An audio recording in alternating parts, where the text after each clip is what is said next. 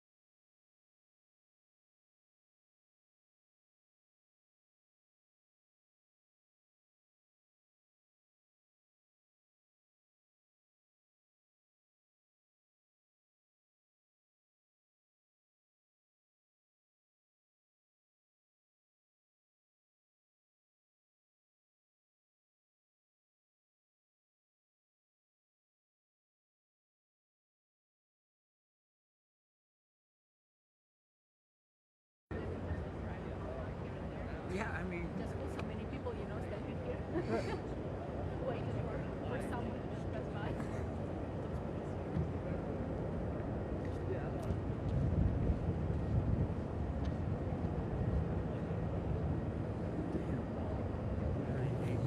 $35.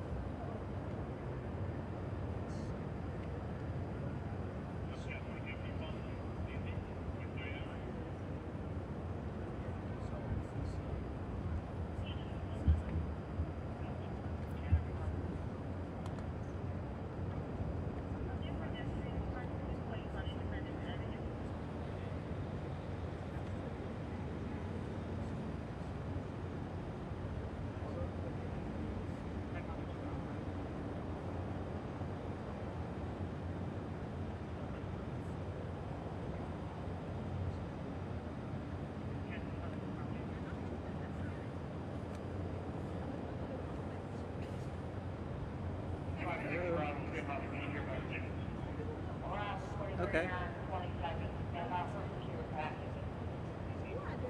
Okay, so maybe he went by Mark. We're already over there.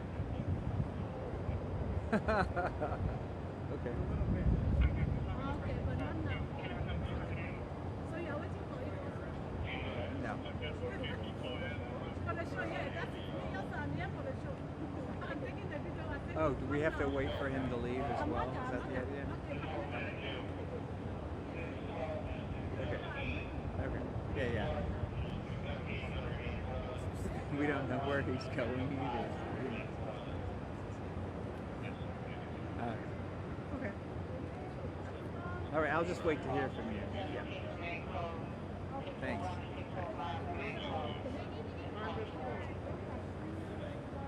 You're good, let him cross.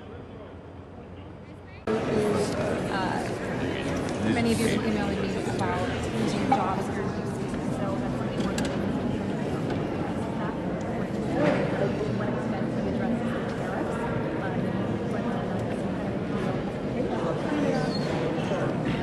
Mexico, China, and Britain, side there, especially it's now on the table, with Senator Fetterman.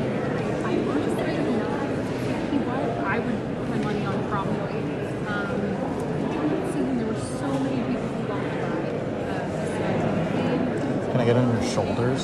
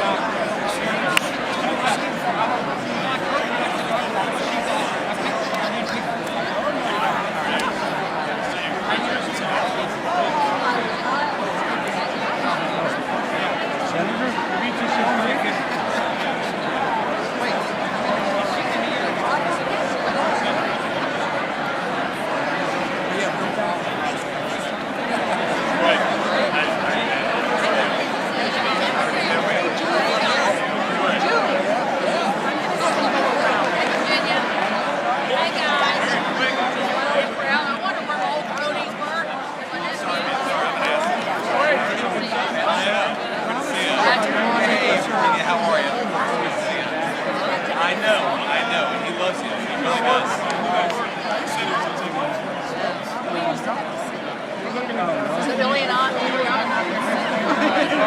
take it out. I'd say you're Thank you. What's up, man? How are you? Good to see you. Yeah, how you doing? You having fun yet? The freshman class here. What's up, man? How you doing? Good, good. I saw your wife the other day. She was in the White House. Good. Keep it fun. Thanks, man. I appreciate it, man. Good to see you. I'm going this way. Okay, yeah. Sorry, I'll just sit over here. That's hey, man. How are you? Good to see you. Good luck tonight. This will be awesome. Appreciate it very much, President. Hey, so good to see you. Oh, absolutely. Absolutely. So, how about you? I'm having a good time. I have an easier job. How's your wife doing now? She's having fun. She's a champion. Good, good. Absolutely. Let's do that. I'm going to take you the other way. Stand here by me. All right. I'll keep you company here. We're in the right spot.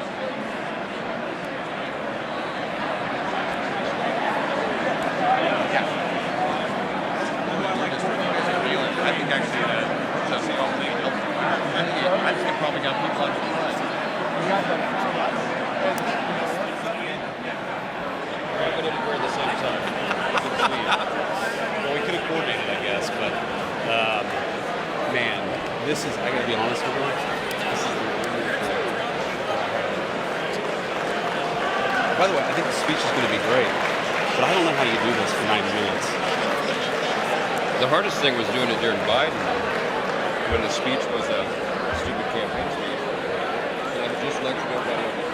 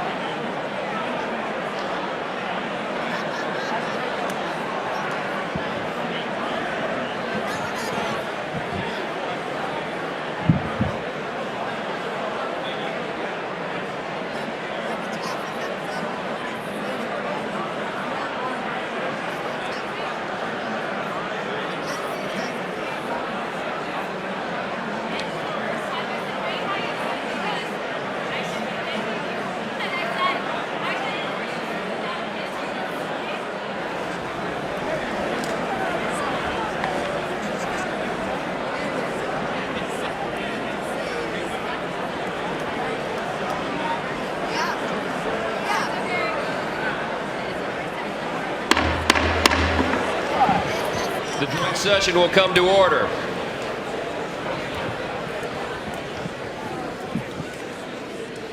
The chair appoints as members of the committee on the part of the House to escort the President of the United States into the chamber the following: the gentleman from Louisiana, Mr. Scalise; the gentleman from Minnesota, Mr. Emmer; the gentlewoman from Michigan, Mrs. McLean; the gentleman from North Carolina, Mr. Hudson; the gentleman from Pennsylvania, Mr. Reschenthaler; the gentleman from Utah, Mr. Moore; the gentlewoman from Indiana, Mrs. Houchin; the gentleman from Oklahoma, Mr. Hearn; the gentleman from New York, Mr. Jeffries; the gentlewoman from Massachusetts, Ms. Clark; the gentleman from California, Mr. Aguilar; the gentleman from California, Mr. Liu; the gentleman from Colorado, Mr. Neguse; the gentlewoman from Washington, Ms. Delbene; the gentlewoman from Michigan, Mrs. Dingle. The President of the Senate, at the direction of that body, appoints the following senators as members of the committee on the part of the Senate to escort the President of the United States into the House chamber: the Senator from South Dakota, Mr. Thune; the Senator from Wyoming, Mr. Barrasso; the Senator from Arkansas, Mr. Cotton; the Senator from Oklahoma, Mr. Lankford; the Senator from West Virginia, Mrs. Capito; the Senator from South Carolina, Mr. Scott; the Senator from New York, Mr. Schumer; the Senator from Illinois, Mr. Durbin; the Senator from Minnesota, Ms. Klobuchar; the Senator from New Jersey, Mr. Booker; the Senator from Wisconsin, Ms. Baldwin. The members of the escort committee will exit the chamber through the lobby doors.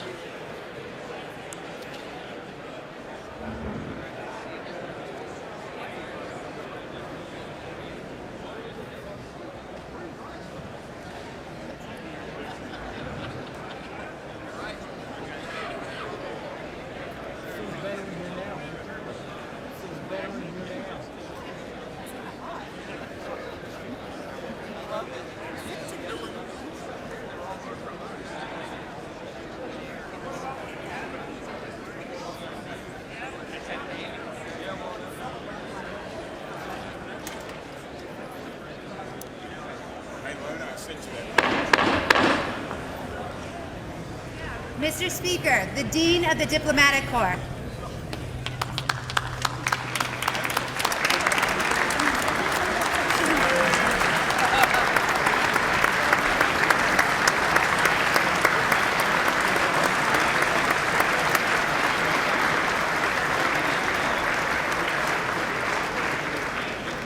Mr. Speaker, Jonathan Jackson.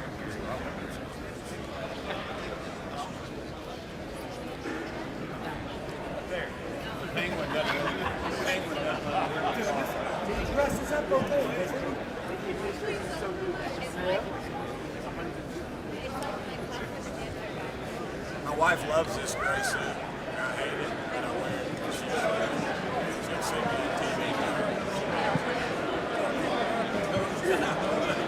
I'm a blazer, man.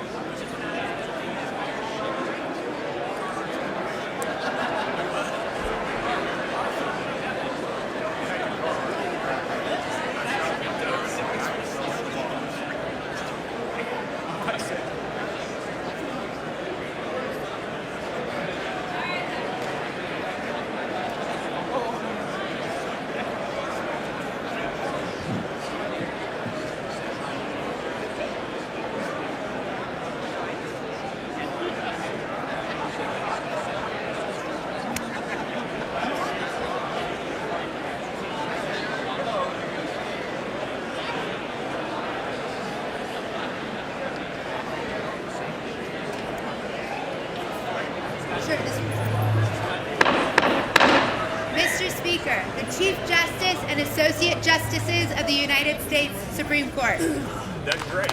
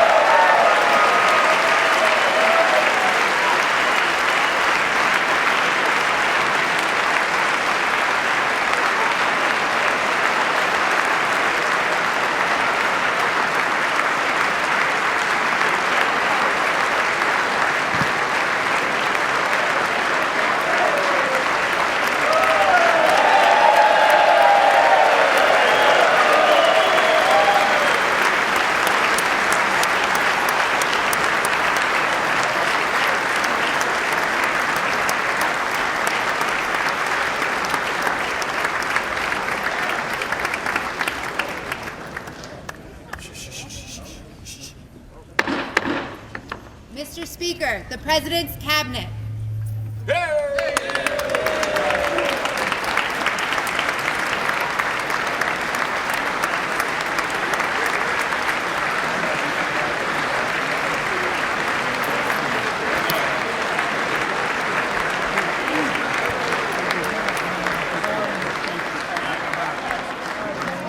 That's true. I should have done better. I should have done way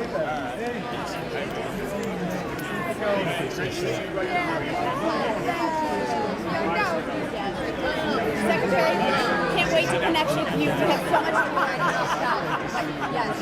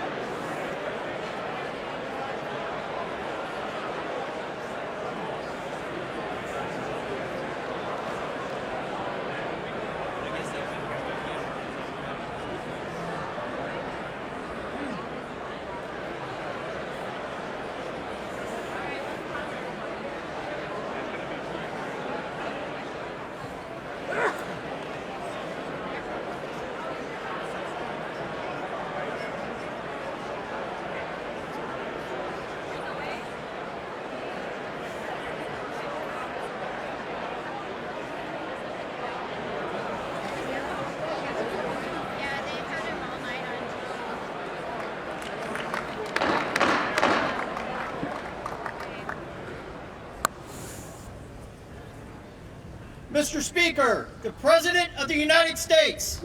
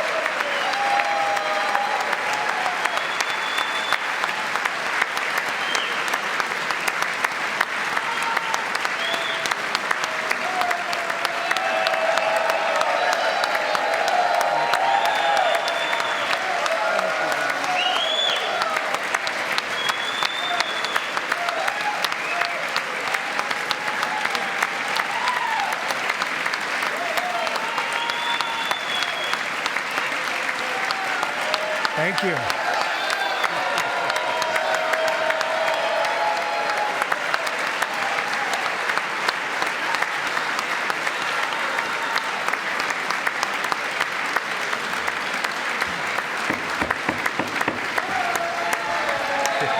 Thank you very much. Thank you very much. It's a great honor. Thank you very much. Speaker Johnson, Vice President Vance, the First Lady of the United States,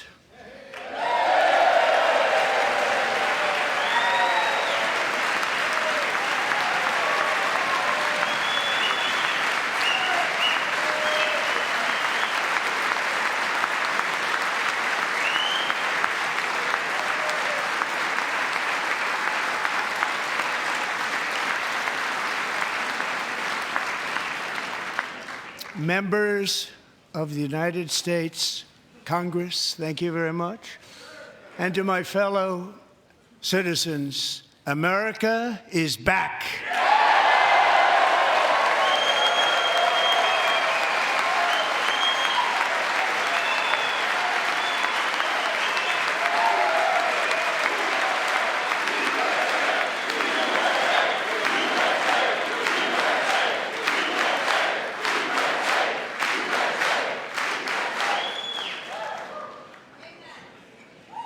6 weeks ago, I stood beneath the dome of this Capitol and proclaimed the dawn of the golden age of America.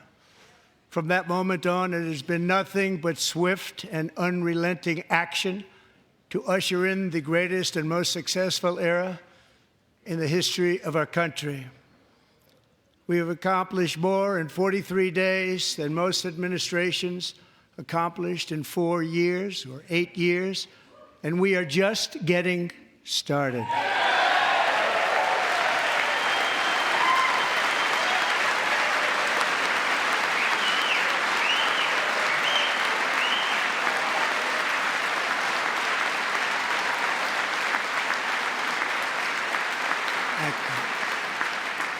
I return to this chamber tonight to report that America's momentum is back, our spirit is back, our pride is back, our confidence is back, and the American dream is surging bigger and better than ever before.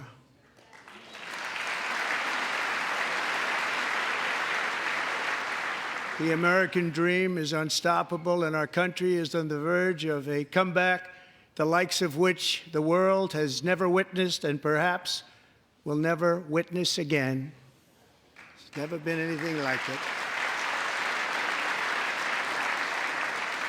The presidential election of November 5th was a mandate like has not been seen in many decades. We won all 7 swing states, giving us an electoral college victory of 312 votes.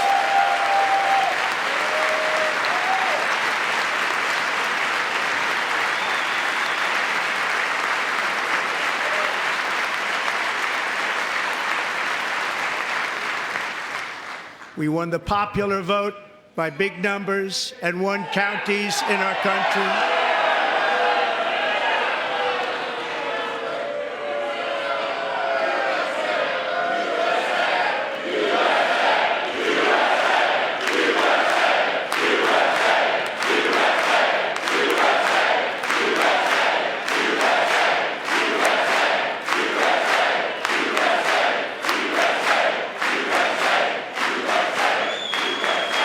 And won counties in our country, 2,700 to 525, on a map that reads almost completely red for Republican.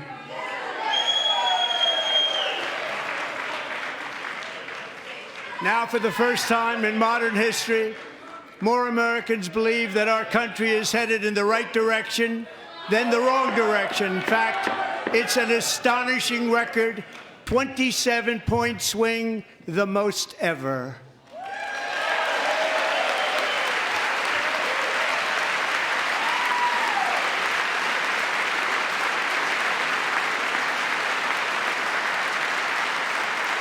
Likewise, Small business optimism saw its single largest one-month gain ever recorded, a 41-point jump.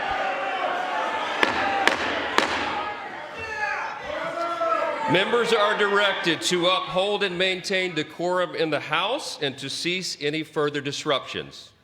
That's your warning.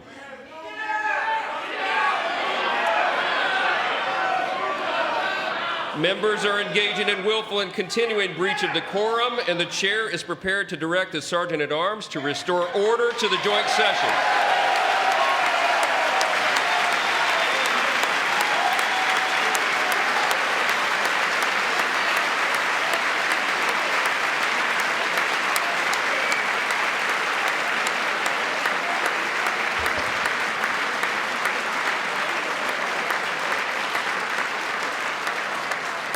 Mr. Green, take your seat.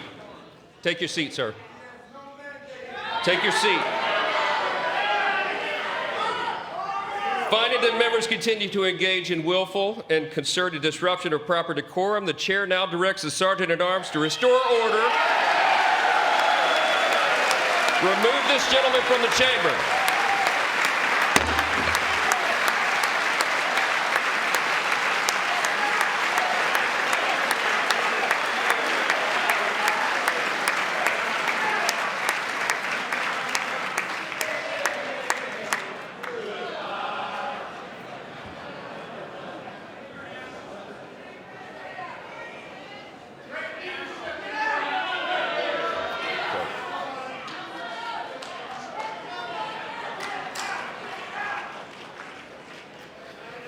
Members are directed to uphold and maintain decorum in the House. Mr. President, you continue. Thank you. Over the past 6 weeks, I have signed nearly 100 executive orders and taken more than 400 executive actions, a record to restore common sense, safety, optimism, and wealth all across our wonderful land. The people elected me to do the job, and I'm doing it.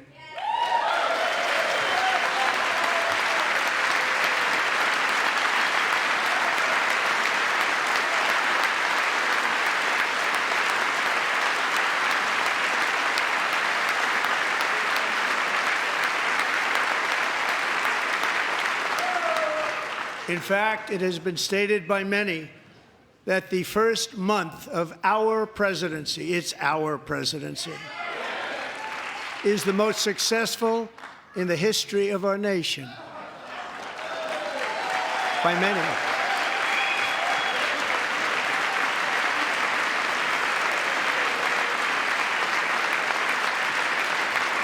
And what makes it even more impressive is that, do you know who number 2 is? George Washington. How about that? How about that? I don't know about that list, but we'll take it. Within hours of taking the oath of office, I declared a national emergency on our southern border, and I deployed the U.S. military and Border Patrol to repel the invasion of our country. And what a job they've done. As a result, illegal border crossings last month were by far the lowest ever recorded, ever.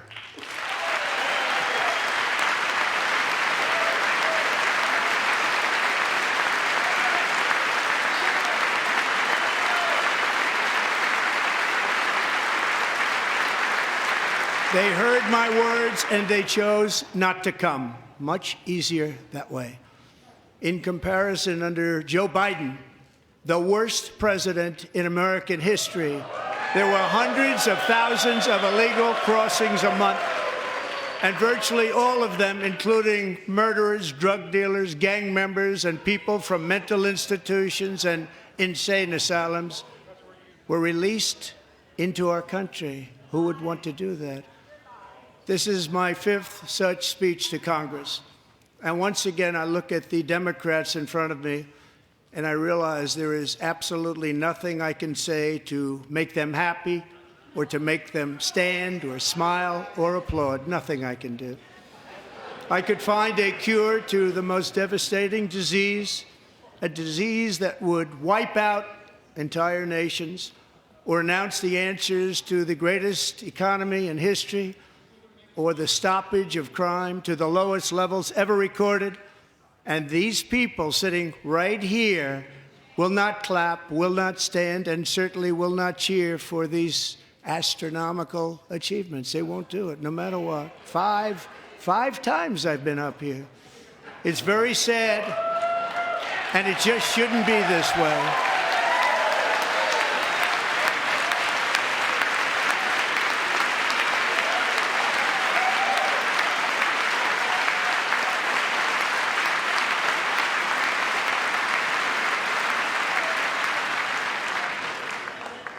So Democrats sitting before me, for just this one night, why not join us in celebrating so many incredible wins for America?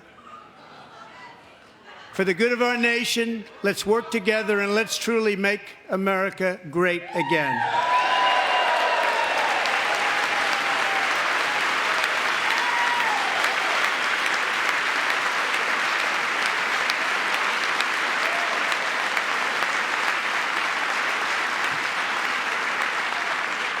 Every day, my administration is fighting to deliver the change America needs to bring a future that America deserves, and we're doing it. This is a time for big dreams and bold action. Upon taking office, I imposed an immediate freeze on all federal hiring, a freeze on all new federal regulations, and a freeze on all foreign aid.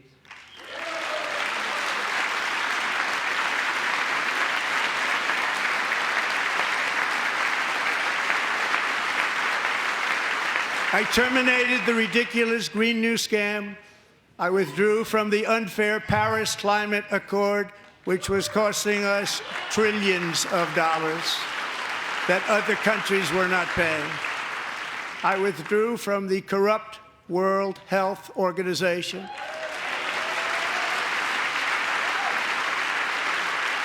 And I also withdrew from the anti-American UN Human Rights Council.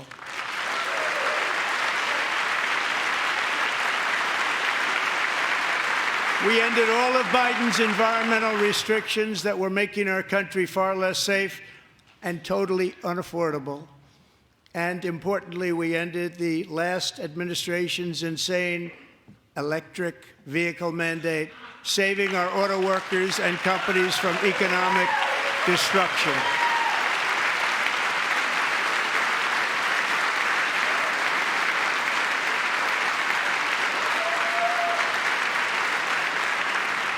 To unshackle our economy, I have directed that for every one new regulation, 10 old regulations must be eliminated, just like I did in my very successful first day.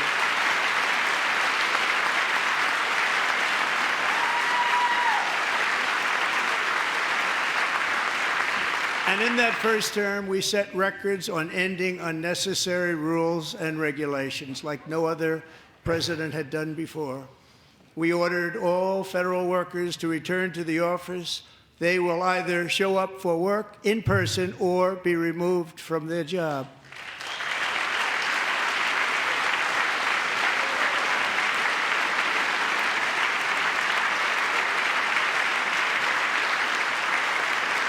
And we have ended weaponized government where, as an example, a sitting president is allowed to viciously prosecute his political opponent, like me. How did that work out? Not too good. Not too good.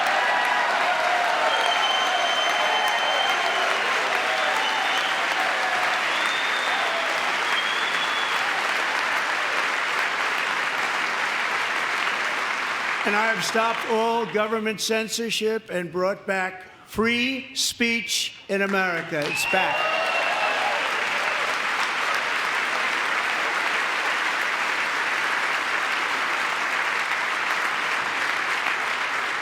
And 2 days ago, I signed an order making English the official language of the United States of America.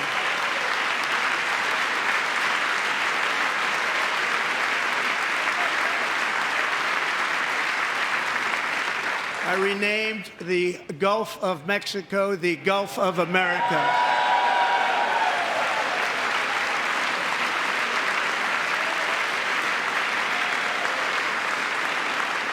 And likewise, I renamed, for a great president, William McKinley, Mount McKinley again. Beautiful Alaska. We love Alaska.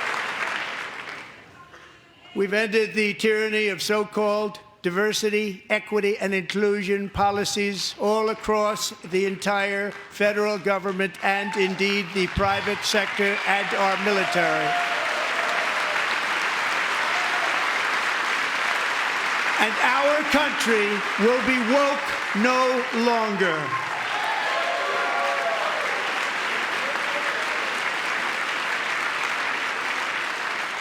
We believe that whether you are a doctor, an accountant, a lawyer, or an air traffic controller, you should be hired and promoted based on skill and competence, not race or gender.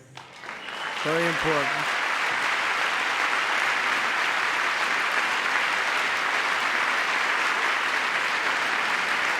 You should be hired based on merit. And the Supreme Court, in a brave and very powerful decision, has allowed us to do so. Thank you. Thank you very much. Thank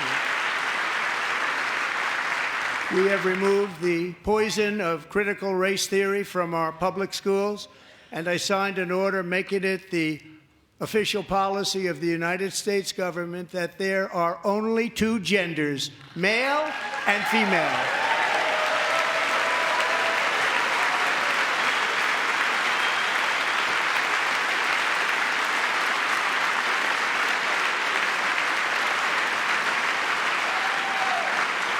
I also signed an executive order to ban men from playing in women's sports.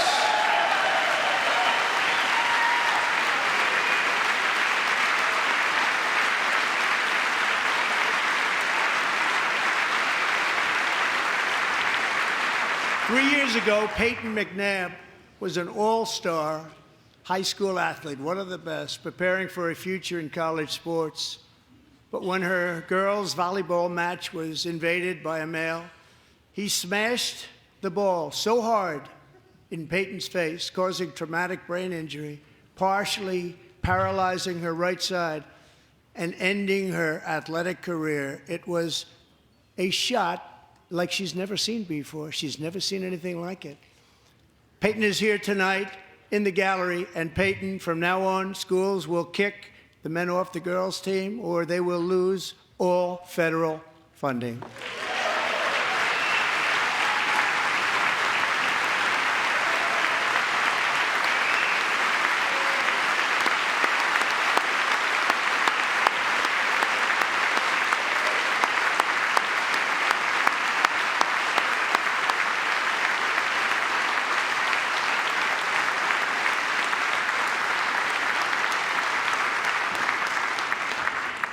And if you really want to see numbers, just take a look at what happened in the women's boxing, weightlifting, track and field, swimming, or cycling, where a male recently finished a long-distance race 5 hours and 14 minutes ahead of a woman for a new record by 5 hours. Broke the record by 5 hours. It's demeaning for women, and it's very bad for our country. We're not going to put up with it any longer.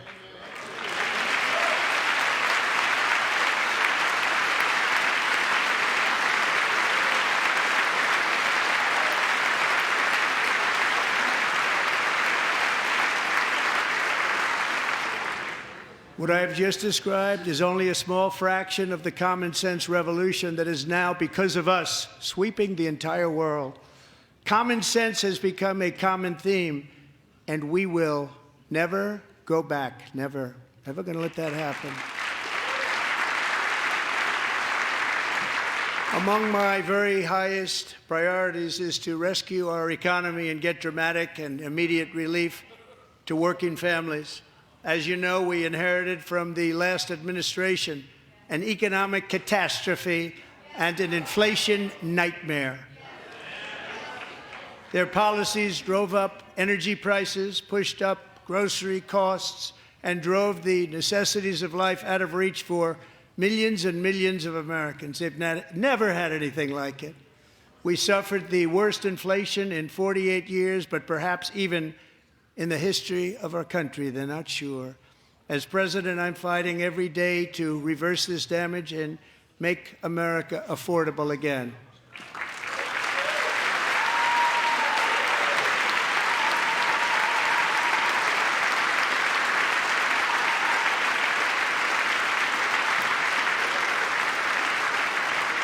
Joe Biden especially let the price of eggs get out of control. The egg price is out of control, and we're working hard to get it back down. Secretary, do a good job on that. You inherited a total mess from the previous administration. Do a good job.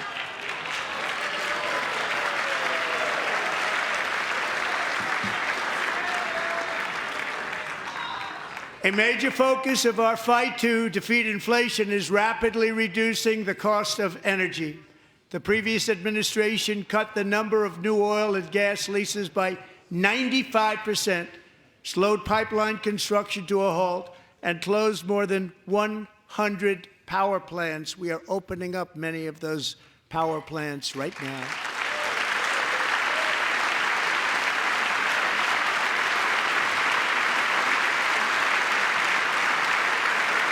And frankly, we have never seen anything like it.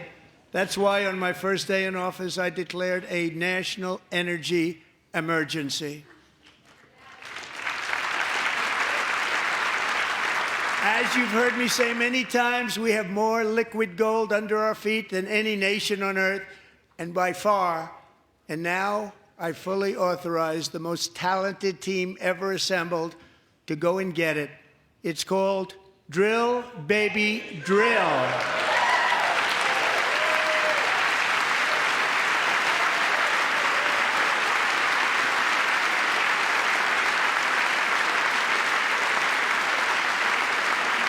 My administration is also working on a gigantic natural gas pipeline in Alaska, among the largest in the world, where Japan, South Korea, and other nations want to be our partner with investments of trillions of dollars each. There's never been anything like that one. It will be truly spectacular. It's all set to go. The permitting is gotten. And later this week, I will also take historic action to dramatically expand production of critical minerals and rare earths here in the USA.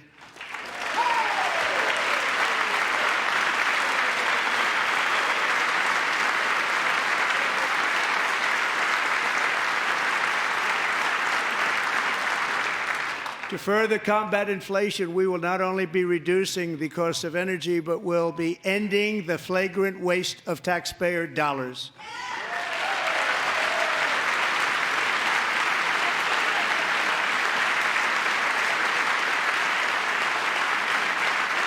And to that end, I have created the brand new Department of Government Efficiency, DOGE. Perhaps you've heard of it. Perhaps.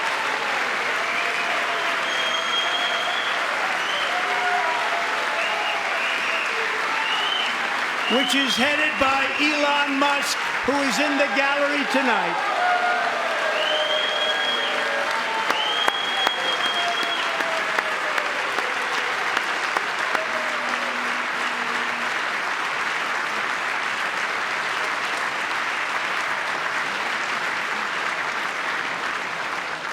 Thank you, Elon. He's working very hard. He didn't need this. He didn't need this. Thank you very much. We appreciate it. Everybody here, even this side, appreciates it, I believe. They just don't want to admit that. Just listen to some of the appalling waste we have already identified. $22 billion from HHS to provide free housing and cars for illegal aliens. $45 million for diversity, equity, and inclusion scholarships in Burma. $40 million to improve the social and economic inclusion of sedentary migrants. Nobody knows what that is. $8 million to promote LGBTQI+ in the African nation of Lesotho, which nobody has ever heard of. $60 million for indigenous peoples and Afro-Colombian empowerment in Central America. $60 million. $8 million for making mice transgender. This is real. $32 million for a left-wing propaganda operation in Moldova. $10 million for male circumcision in Mozambique. $20 million for the Arab Sesame Street in the Middle East. It's a program. $20 million for a program. $1.9 billion to recently created Decarbonization of Homes Committee, headed up, and we know she's involved. Just at the last moment, the money was passed over by a woman named Stacey Abrams. Have you ever heard of her? A $3.5 million consulting contract for lavish fish monitoring. $1.5 million for voter confidence in Liberia. $14 million for social cohesion in Mali. $59 million for illegal alien hotel rooms in New York City. He's a real estate developer. He's done very well. $250,000 to increase vegan local climate action innovation in Zambia. $42 million for social and behavior change in Uganda. $14 million for improving public procurement in Serbia. $47 million for improving learning outcomes in Asia. Asia's doing very well with learning. You know what we're doing. Should use it ourselves. And $101 million for DEI contracts at the Department of Education, the most ever paid, nothing even like it. Under the Trump administration, all of these scams, and they're far worse, but I didn't think it was appropriate to talk about them. They're so bad. Many more have been found out and exposed and swiftly terminated by a group of very intelligent, mostly young people, headed up by Elon, and we appreciate it. We found hundreds of billions of dollars of fraud.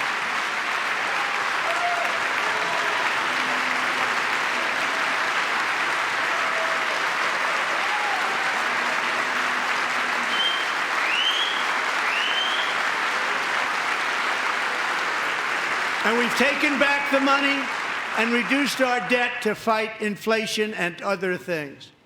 Taken back a lot of that money. We got it just in time. This is just the beginning. The Government Accountability Office, a federal government office, has estimated annual fraud of over $500 billion in our nation, and we are working very hard to stop it. We're going to. We're also identifying shocking levels of incompetence and probable fraud in the Social Security program for our seniors, and that our seniors and people that we love rely on. Believe it or not, government databases list 4.7 million Social Security members from people aged 100 to 109 years old. It lists 3.6 million people from ages 110 to 119. I don't know any of them. I know some people that are rather elderly, but not quite that elderly. 3.47 million people from ages 120 to 129. 3.9 million people from ages 130 to 139. 3.5 million people from ages 140 to 149. And money is being paid to many of them, and we're searching right now. In fact, Pam, good luck. Good luck. You're going to find it. But a lot of money is paid out to people because it just keeps getting paid, and nobody does, and it really hurts Social Security and hurts our country. 1.3 million people from ages 150 to 159, and over 130,000 people, according to the Social Security databases, are age over 160 years old. We have a healthier country than I thought, Bobby.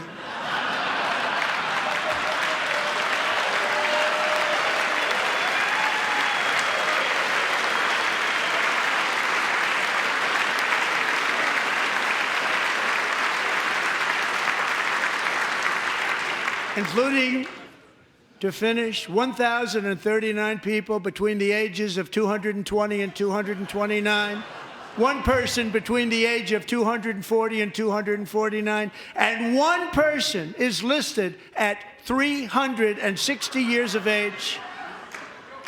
More than 100 years older than our country. But we're going to find out where that money's going, and it's not going to be pretty. By slashing all of the fraud, waste, and theft we can find, we will defeat inflation, bring down mortgage rates, lower car payments and grocery prices, protect our seniors, and put more money in the pockets of American families.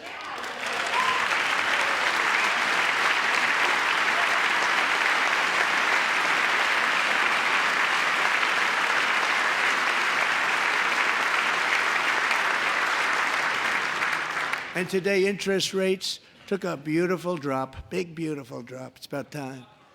And in the near future, I want to do what has not been done in 24 years, balance the federal budget. We're going to balance it.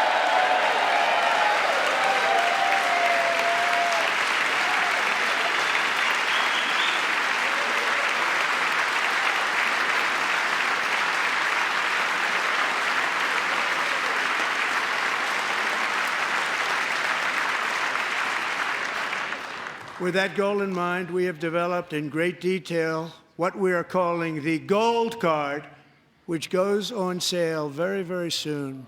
For $5 million, we will allow the most successful job-creating people from all over the world to buy a path to U.S. citizenship. It's like the green card, but better and more sophisticated.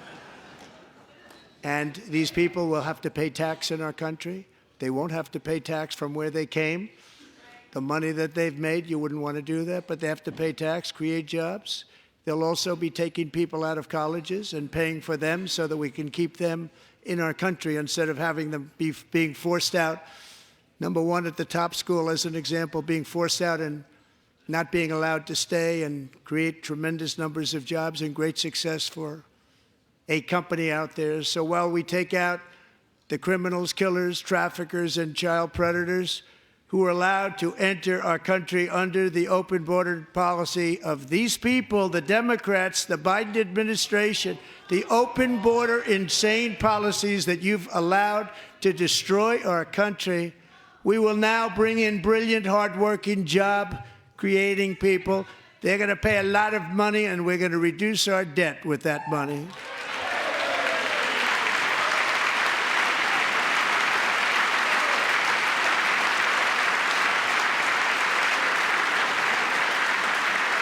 Americans have given us a mandate for bold and profound change. For nearly 100 years, the federal bureaucracy has grown until it has crushed our freedoms, ballooned our deficits, and held back America's potential in every possible way. The nation founded by pioneers and risk-takers now drowns under millions and millions of pages of regulations and debt. Approvals that should take 10 days to get instead take 10 years, 15 years, and even 20 years before you're rejected. Meanwhile, we have hundreds of thousands of federal workers who have not been showing up to work. My administration will reclaim power from this unaccountable bureaucracy, and we will restore true democracy to America again.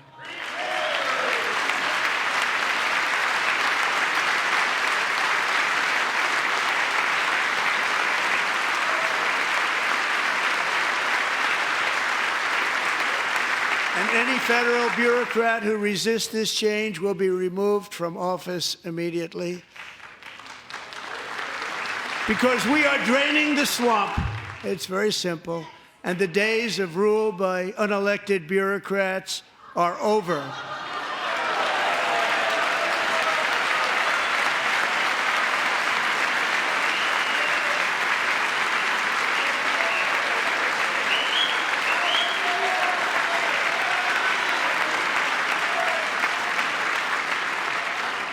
And the next phase of our plan to deliver the greatest economy in history is for this Congress to pass tax cuts for everybody. They're in there, they're waiting for you to vote.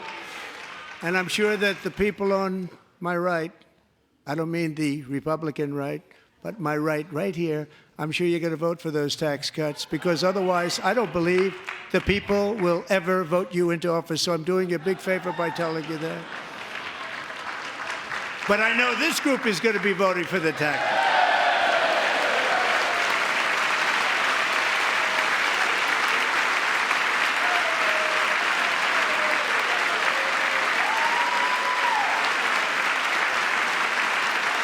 Thank you.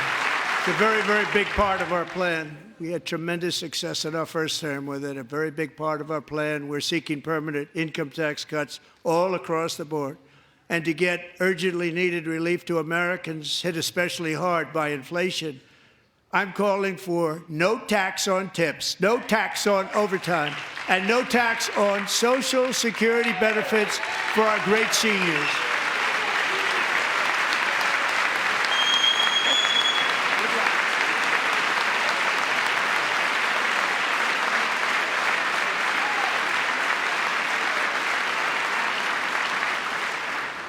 And I also want to make interest payments on car loans tax deductible, but only if the car is made in America.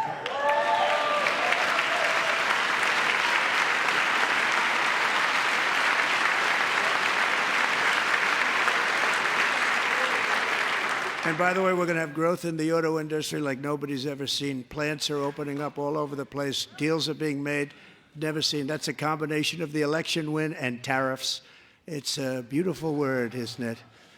That, along with our other policies, will allow our auto industry to absolutely boom. It's going to boom. Spoke to the majors today, all three, the top people, and they're so excited. In fact, already numerous car companies have announced that they will be building massive automobile plants in America, with Honda just announcing a new plant in Indiana, one of the largest anywhere in the world.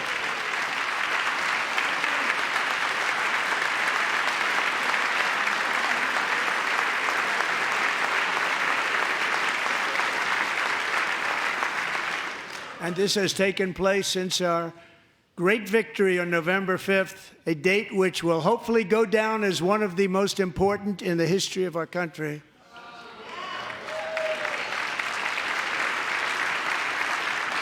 In addition, as part of our tax cuts, we want to cut taxes on domestic production and all manufacturing. And just as we did before, we will provide 100% expensing. It will be retroactive to January 20th, 2025. And it was one of the main reasons why our tax cuts were so successful in our first term, giving us the most successful economy in the history of our country. First term. We had a great first term.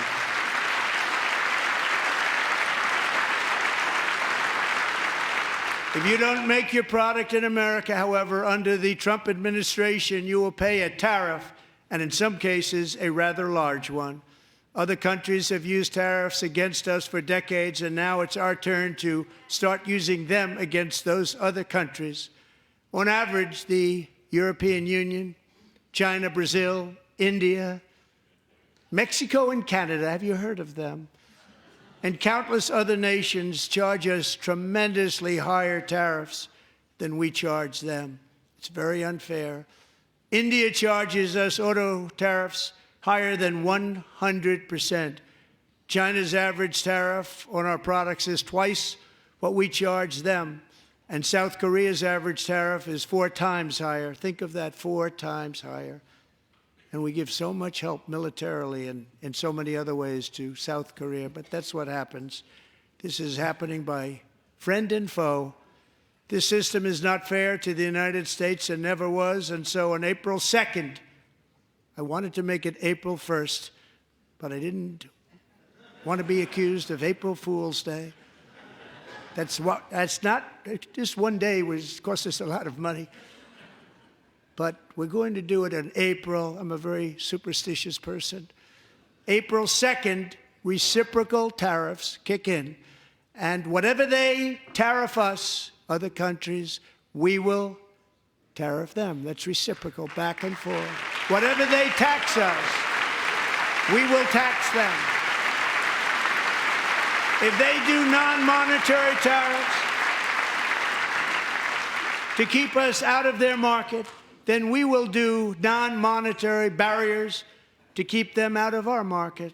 There's a lot of that, too. They don't even allow us in their market. We will take in trillions and trillions of dollars and create jobs like we have never seen before.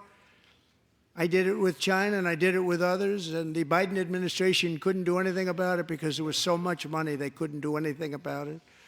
We have been ripped off for decades by nearly every country on earth, and we will not let that happen any longer.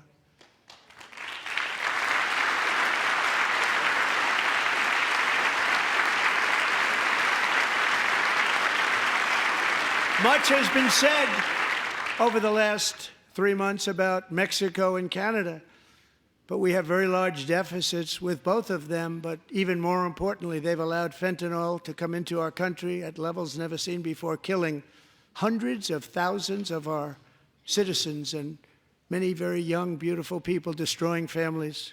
Nobody's ever seen anything like it. They are, in effect, receiving subsidies of hundreds of billions of dollars. We pay subsidies to Canada and to Mexico of hundreds of billions of dollars, and the United States will not be doing that any longer. We're not going to do it any longer.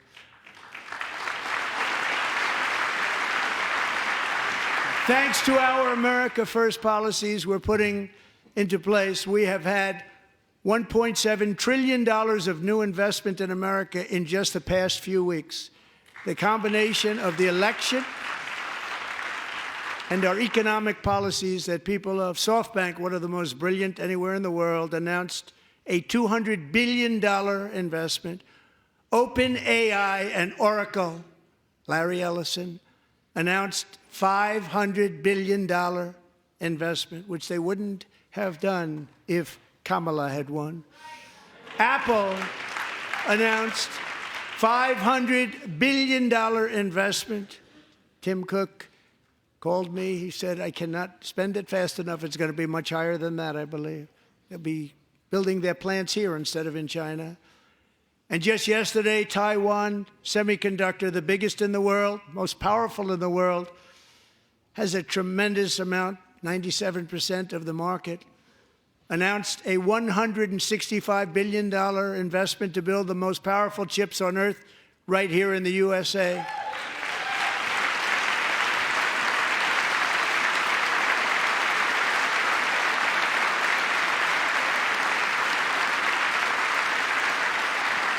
And we're not giving them any money. Your CHIPS Act is a horrible, horrible thing. We give hundreds of billions of dollars, and it doesn't mean a thing. They take our money and they don't spend it. All that meant to them, we're giving them no money. All that was important to them was they didn't want to pay the tariffs, so they came and they're building, and many other companies are coming. We don't have to give them money. We just want to protect our businesses and our people, and they will come because they won't have to pay tariffs if they build in America. So it's very amazing. You should get rid of the CHIP Act, and whatever's left over, Mr. Speaker, you should use it to reduce debt or any other reason you want to.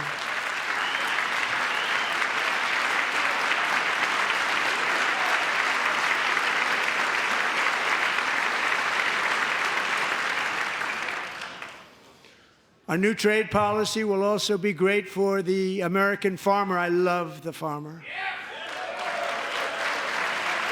Who will now be selling into our home market, the USA, because nobody is going to be able to compete with you. because there's goods that come in from other countries and companies. They're really in a bad position in so many different ways. They're uninspected. They may be very dirty and disgusting, and they come in and they pour in, and they hurt our American farmers. The tariffs will go on agricultural product coming into America, and our farmers, starting on April 2nd, it may be a little bit of an adjustment period. We had that before when I made the deal with China, $50 billion of purchases, and I said, just bear with me, and they did. They did. Probably have to bear with me again, and this will be even better. That was great. The problem with it was that Biden didn't enforce it. He didn't enforce it. $50 billion of purchases, and we were doing great, but Biden did not enforce it, and it hurt our farmers. But our farmers are going to have a field day right now. So to our farmers, have a lot of fun. I love you too. I love you too. It's all going to happen.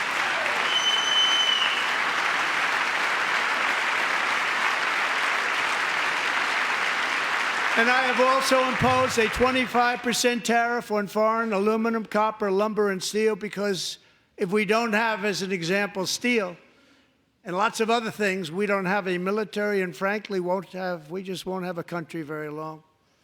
Here today is a proud American steelworker, fantastic person from Decatur, Alabama, Jeff Denard.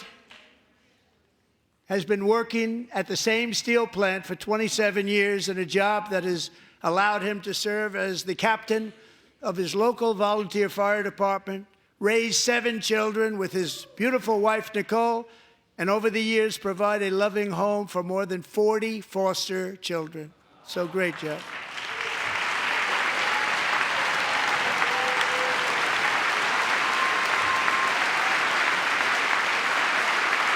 Thank you, Jeff.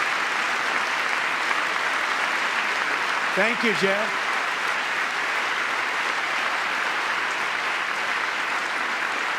Stories like Jeff's remind us that tariffs are not just about protecting American jobs. They're about protecting the soul of our country. Tariffs are about making America rich again and making America great again, and it's happening, and it will happen rather quickly. There'll be a little disturbance, but we're okay with that. It won't be much. No, you're not. Oh. And look where Biden took us. Very low, the lowest we've ever been. Jeff, I want to thank you very much. And I also want to recognize another person who has devoted herself to foster care community. She works so hard on it. A very loving person, our magnificent First Lady of the United States.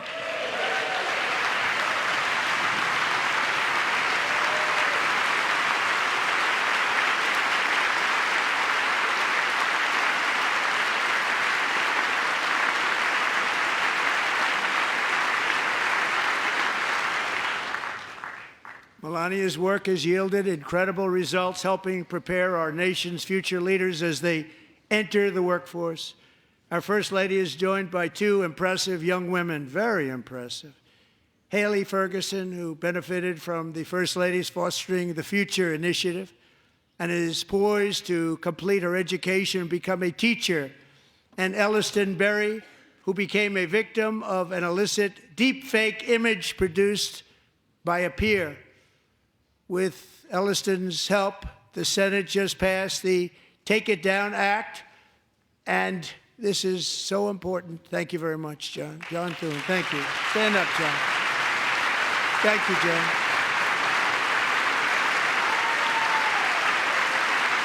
Thank you all very much.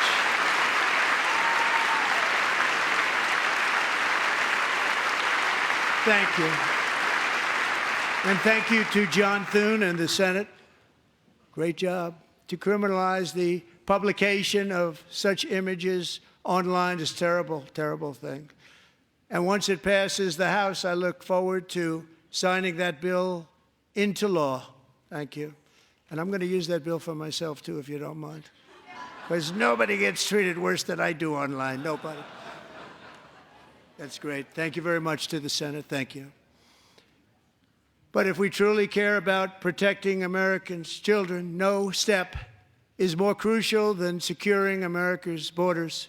Over the past 4 years, 21 million people poured into the United States. Many of them were murderers, human traffickers, gang members, and other criminals from the streets of dangerous cities all throughout the world. Because of Joe Biden's insane and very dangerous open border policies, they are now strongly embedded in our country, but we are getting them out and getting them out fast.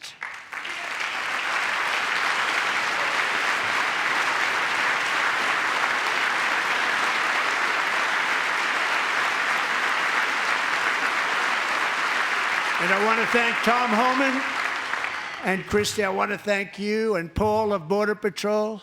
I want to thank you. What a job they've all done, everybody. Border Patrol, ICE, law enforcement in general is incredible. We have to take care of our law enforcement. Have to.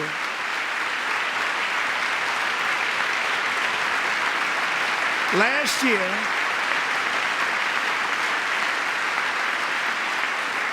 a brilliant 22-year-old nursing student named Laken Riley, the best in her class, admired by everybody, went out for a jog on the campus of the University of Georgia. That morning, Laken was viciously attacked, assaulted, beaten, brutalized, and horrifically murdered. Laken was stolen from us by a savage illegal alien gang member who was arrested while trespassing across Biden's open southern border and then set loose into the United States under the heartless policies of that failed administration. It was indeed a failed administration. He had then been arrested and released in a Democrat-run sanctuary city, a disaster, before ending the life of this beautiful young angel. With us this evening are Laken's beloved mother, Allison, and her sister, Lauren.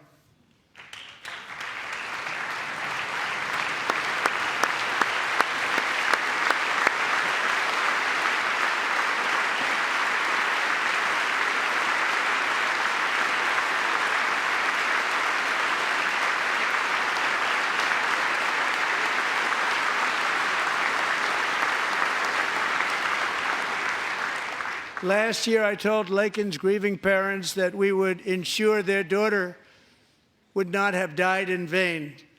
That's why the very first bill I signed into law as your 47th president mandates the detention of all dangerous criminal aliens who threaten public safety. It's a very strong, powerful act.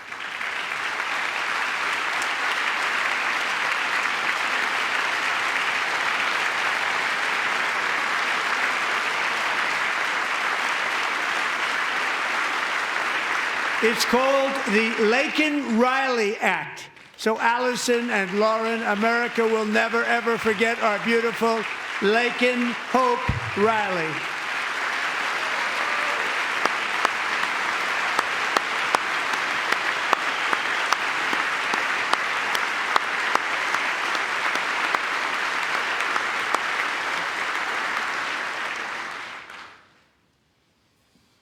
Thank you very much.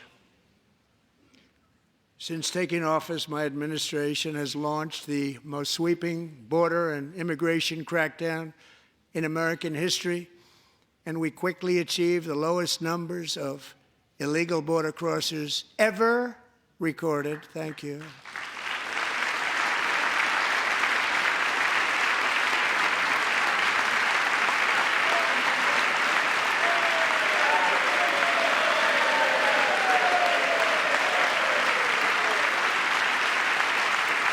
The media and our friends in the Democrat Party kept saying we needed new legislation, we must have legislation to secure the border. But it turned out that all we really needed was a new president.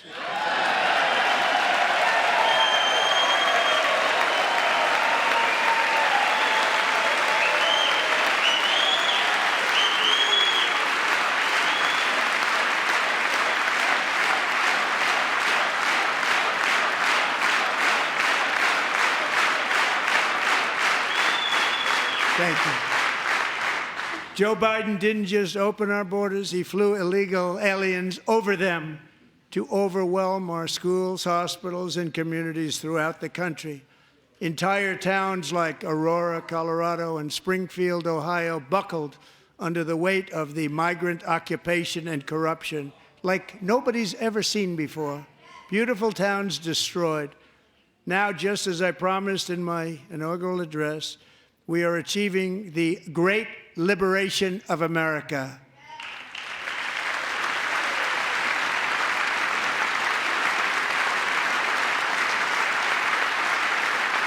But there still is much work to be done. Here tonight is a woman I have gotten to know, Alexis Nungari from Houston.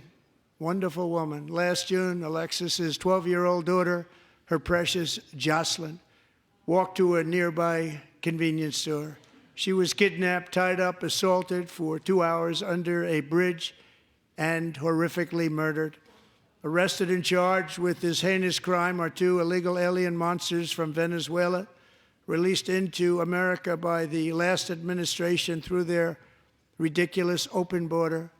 The death of this beautiful 12-year-old girl and the agony of her mother and family touched our entire nation greatly.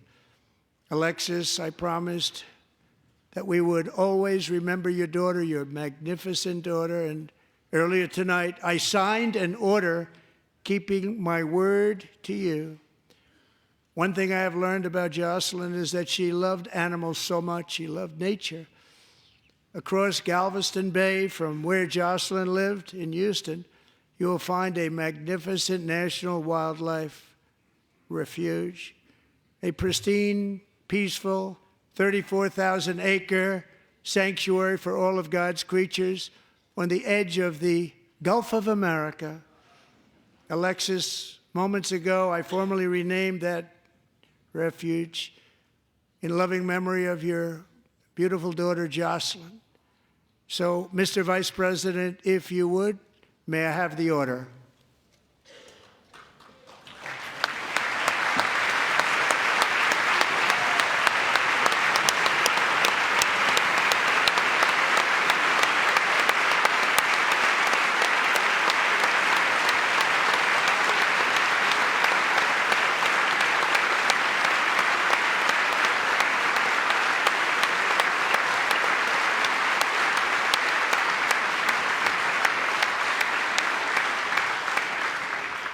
Thank you very much. All 3 savages charged with Jocelyn and Lakin's murders were members of the Venezuelan prison gang, the toughest gang, they say, in the world, known as Tren de Aragua. 2 weeks ago, I officially designated this gang, along with MS-13 and the bloodthirsty Mexican drug cartels, as foreign terrorist organizations.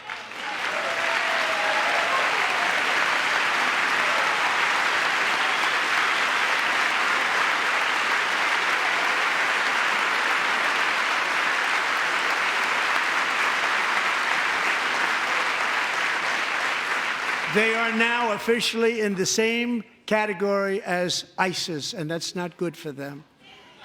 Countless thousands of these terrorists were welcomed into the U.S. by the Biden administration. But now every last one will be rounded up and forcibly removed from our country, or, if they're too dangerous, put in jails, standing trial in this country, because we don't want them to come back ever. With us this evening is a warrior on the front lines of that battle, Border Patrol Agent Roberto Ortiz. Great guy.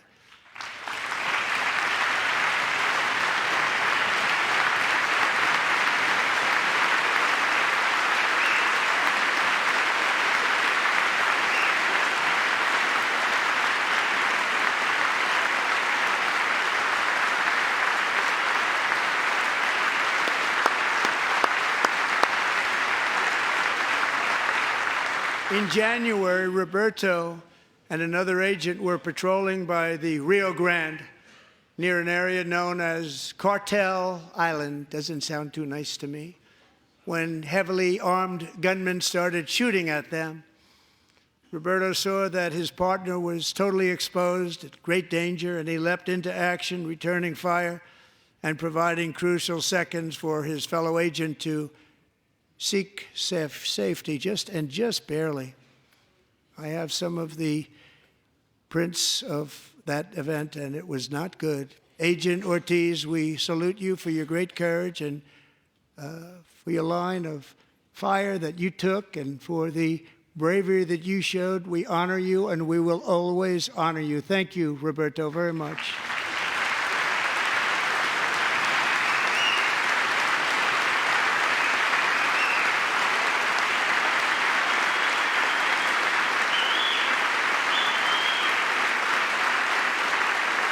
Thank you, Roberto.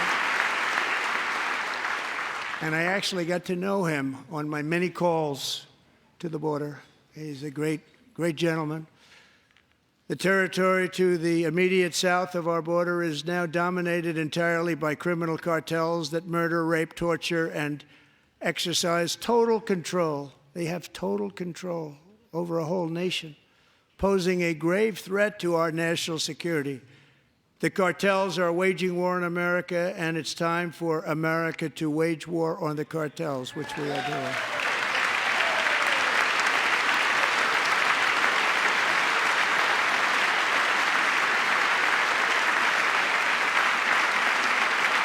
Five nights ago, Mexican authorities, because of our tariff policies being imposed on them, think of this, handed over to us 29 of the biggest cartel leaders in their country. That has never happened before. They want to make us happy.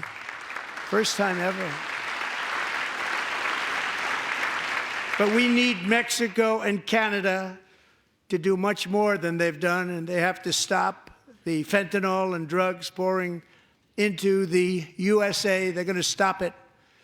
I have sent Congress a detailed funding request laying out exactly how we will eliminate these threats to protect our homeland and complete the largest deportation operation in American history, larger even than current record holder, President Dwight D. Eisenhower, a moderate man, but someone who believed very strongly in borders. Americans expect Congress to send me this funding without delay so I can sign it into law. So, Mr. Speaker, John Thune, both of you, I hope you're going to be able to do that, Mr. Speaker. Thank you. Mr. Leader, thank you. Thank you very much. And let's get it to me. I'll sign it so fast, you won't even believe it.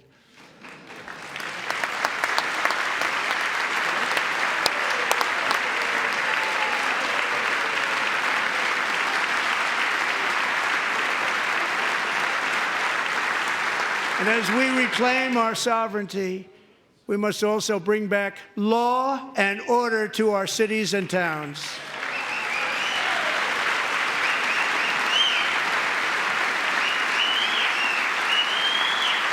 In recent years, our justice system has been turned upside down by radical left lunatics. Many jurisdictions virtually ceased enforcing the law against dangerous repeat offenders while weaponizing law enforcement against political opponents like me. My administration has acted swiftly and decisively to restore fair, equal, and impartial justice under the constitutional rule of law, starting at the FBI and the DOJ. Pam, good luck. Cash, wherever you may be, good luck. Good luck. Pam Bondi. Good luck. So important. Going to do a great job. Cash, thank you. Thank you, Cash.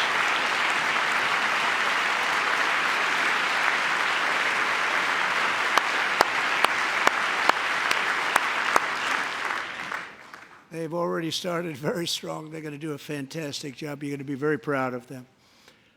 We're also once again giving our police officers the support, protection, and respect they so dearly deserve. They have to get it. They have such a hard, dangerous job, but we're going to make it less dangerous. The problem is the bad guys don't respect the law, but they're starting to respect it, and they soon will respect it. This also includes our great fire departments throughout the country. Our firemen and women are unbelievable people, and we'll never forget them. And besides that, they voted for me in record numbers, so I have no choice.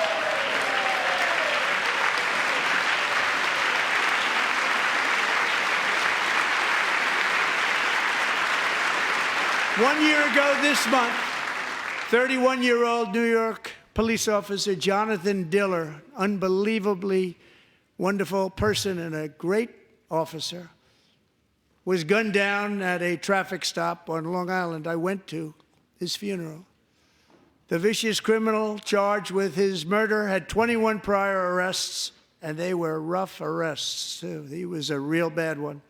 The thug in the seat next to him had 14 prior arrests and went by the name of Killer. He was Killer. He killed other people, they say, a lot of them.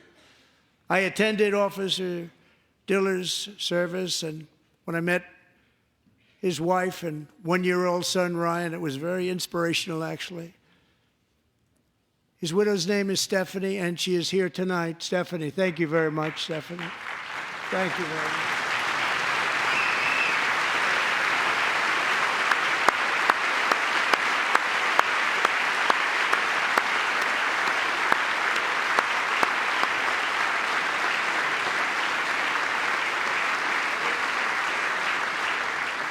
Stephanie, we're going to make sure that Ryan knows his dad was a true hero, New York's finest, and we're going to get these cold-blooded killers and repeat offenders off our streets, and we're going to do it fast. Got to stop it. They get out with 28 arrests. They push people into subway trains. They hit people over the head, back of the head with baseball bats. We got to get them out of here. I've already signed an executive order requiring a mandatory death penalty for anyone who murders a police officer, and tonight I'm asking Congress to pass that policy into permanent law.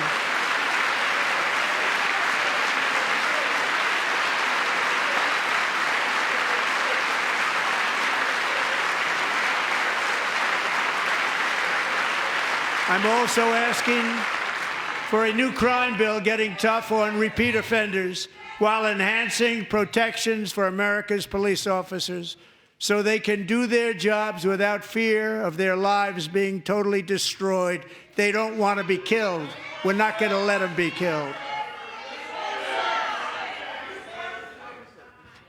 Joining us in the gallery tonight is a young man who truly loves our police. His name is DJ Daniel. He is 13 years old, and he has always dreamed of becoming a police officer.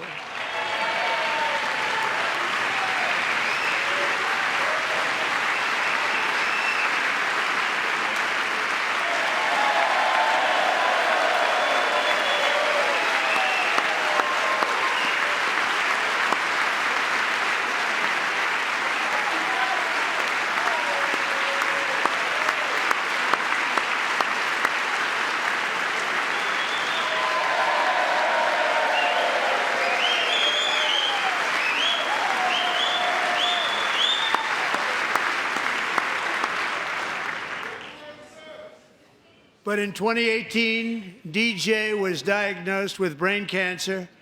The doctors gave him 5 months at most to live. That was more than 6 years ago.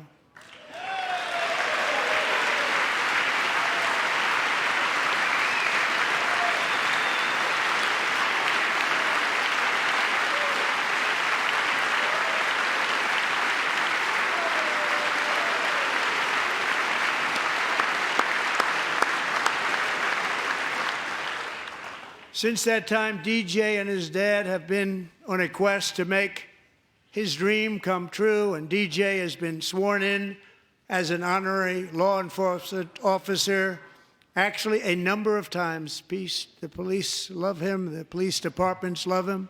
And tonight, DJ, we're going to do you the biggest honor of them all.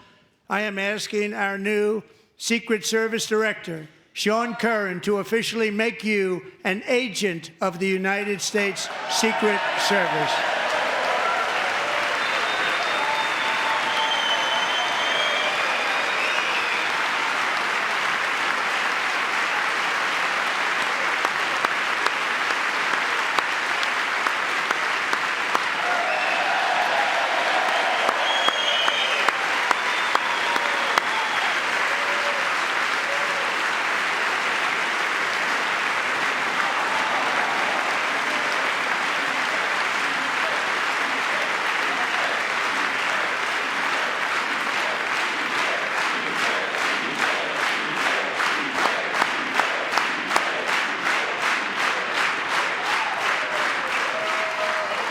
Thank you, DJ.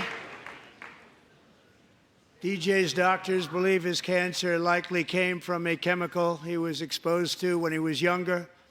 Since 1975, rates of child cancer have increased by more than 40%. Reversing this trend is one of the top priorities for our new presidential commission to make America healthy again, chaired by our new Secretary of Health and Human Services, Robert F. Kennedy, Jr.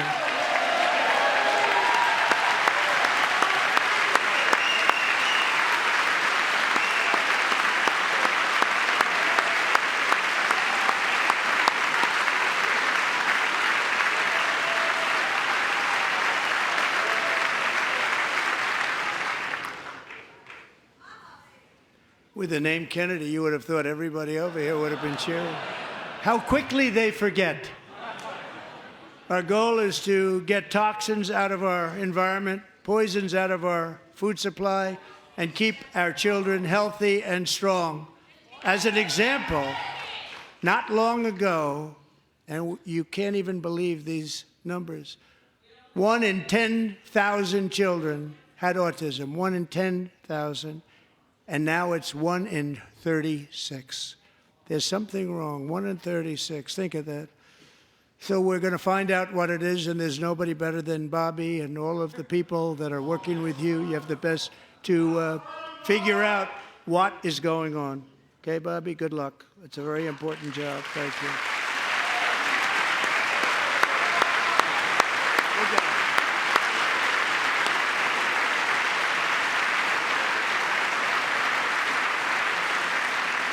Thank you.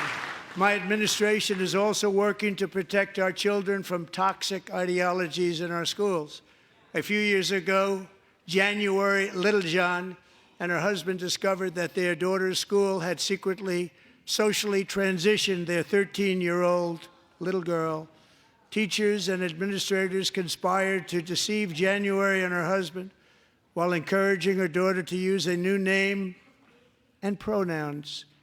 They, them pronoun, actually, all without telling January, who is here tonight and is now a courageous advocate against this form of child abuse. January, thank you. Thank you. Thank you very much.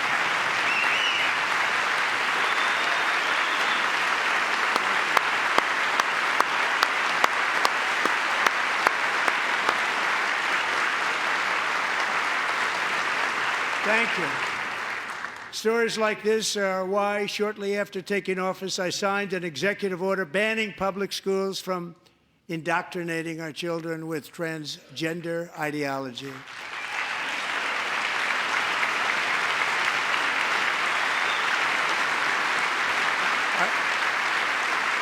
I also signed an order to cut off all taxpayer funding to any institution that engages in the sexual mutilation of our youth.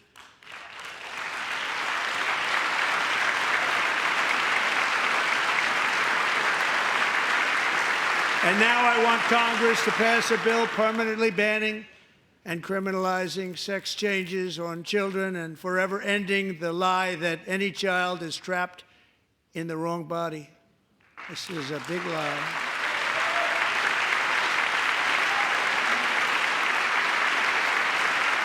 And our message to every child in America is that you are perfect exactly the way God made you.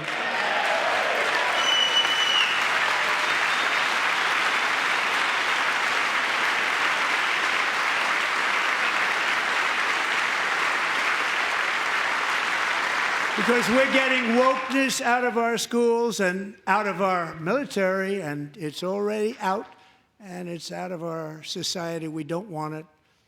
Wokeness is trouble. Wokeness is bad. It's gone. It's gone. And we feel so much better for it, don't we? Don't we feel better?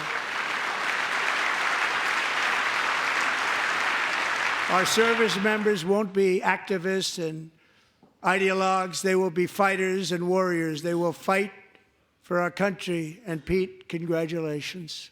Secretary of Defense, congratulations.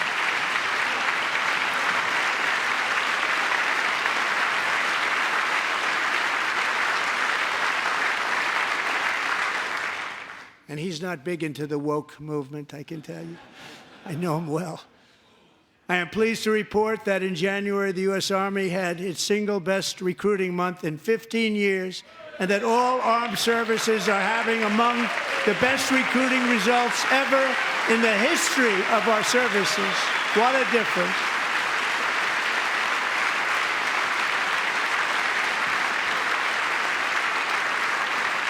And you know, it was just a few months ago where the results were exactly the opposite. We couldn't recruit anywhere. We couldn't recruit.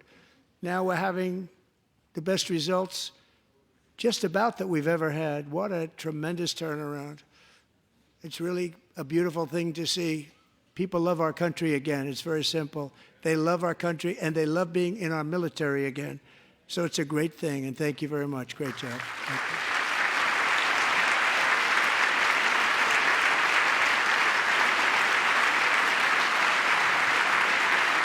We're joined tonight by a young man, Jason Hartley, who knows the weight of that call of duty.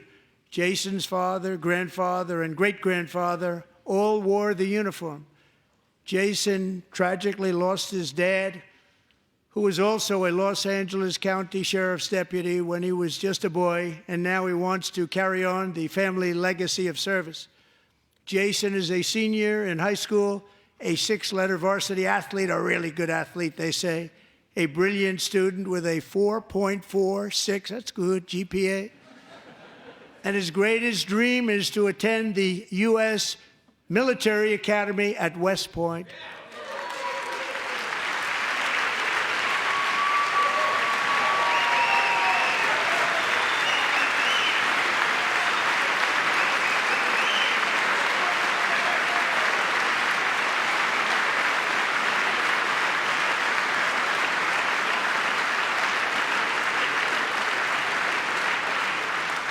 And Jason, that's a very big deal getting in. That's a hard one to get into. But I'm pleased to inform you that your application has been accepted. You will soon be joining the Corps of Cadets.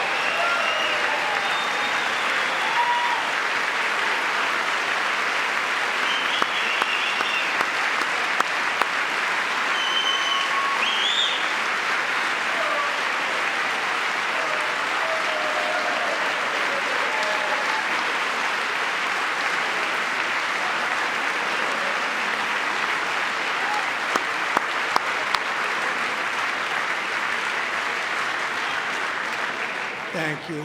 Jason, you're going to be on the long gray line, Jason. As Commander-in-Chief, my focus is on building the most powerful military of the future. As a first step, I'm asking Congress to fund a state-of-the-art Golden Dome missile defense shield to protect our homeland, all made in the USA.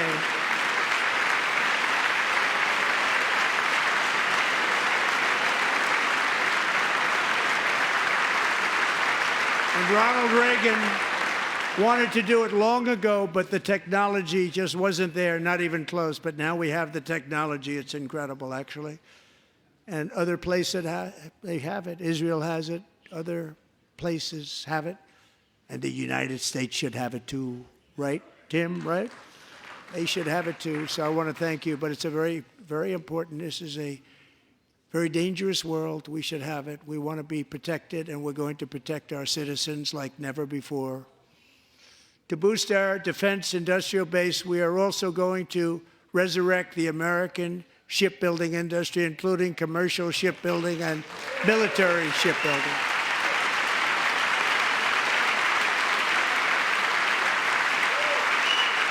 And for that purpose, I am announcing tonight that we will create a new Office of Shipbuilding in the White House and offer special tax incentives to bring this industry home to America where it belongs. We used to make so many ships. We don't make them anymore very much, but we're going to make them very fast, very soon. It will have a huge impact. To further enhance our national security, my administration will be reclaiming the Panama Canal, and we've already started doing it.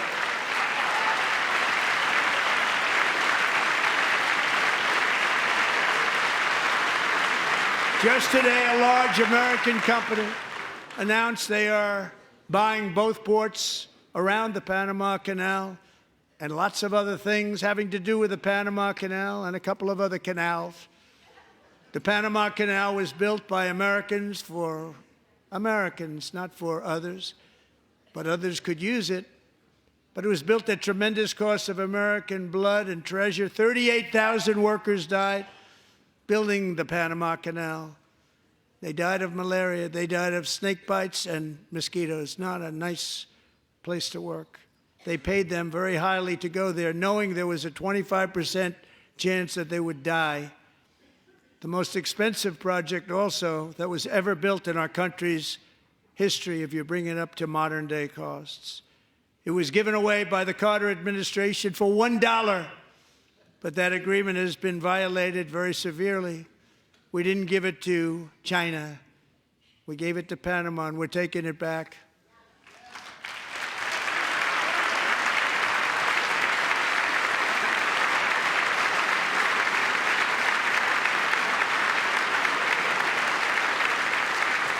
And we have Marco Rubio in charge. Good luck, Marco. Now, we know who to blame if anything goes wrong. Marco's been amazing, and he's going to do a great job. Think of it. He got 100 votes.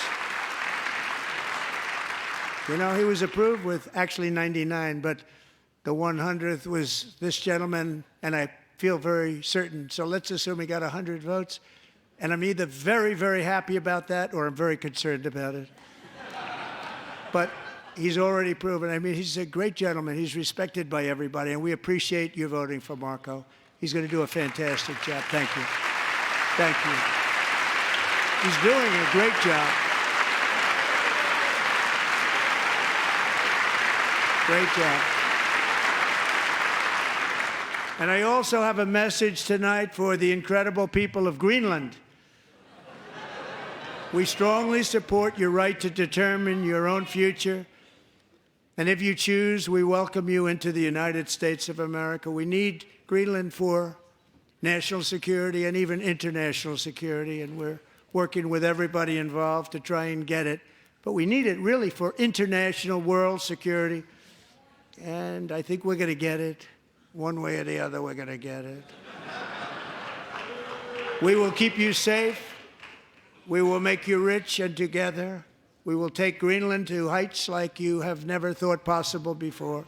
It's a very small population, but very, very large piece of land and very, very important for military security. America is once again standing strong against the forces of radical Islamic terrorism.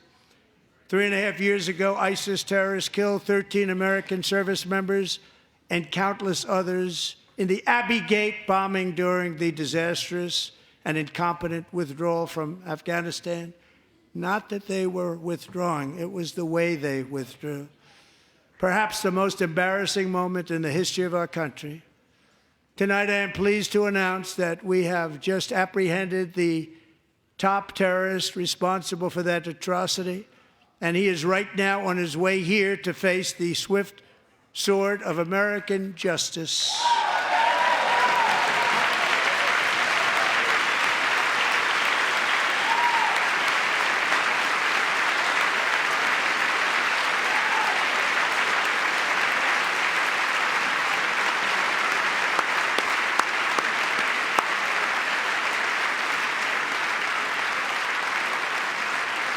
And I want to thank especially the government of Pakistan for helping arrest this monster.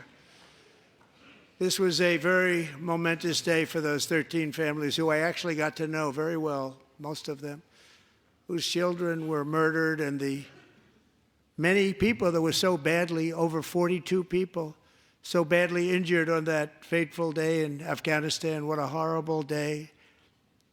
Such incompetence was shown.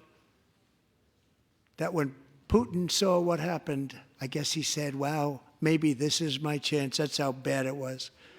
Should have never happened. Grossly incompetent people. I spoke to many of the parents and loved ones, and they're all in our hearts tonight.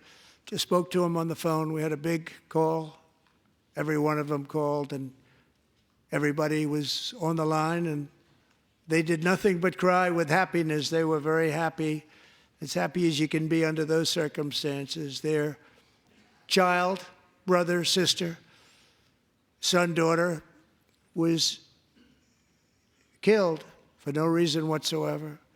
In the Middle East, we're bringing back our hostages from Gaza. In my first term, we achieved one of the most groundbreaking peace agreements in generations, the Abraham Accords.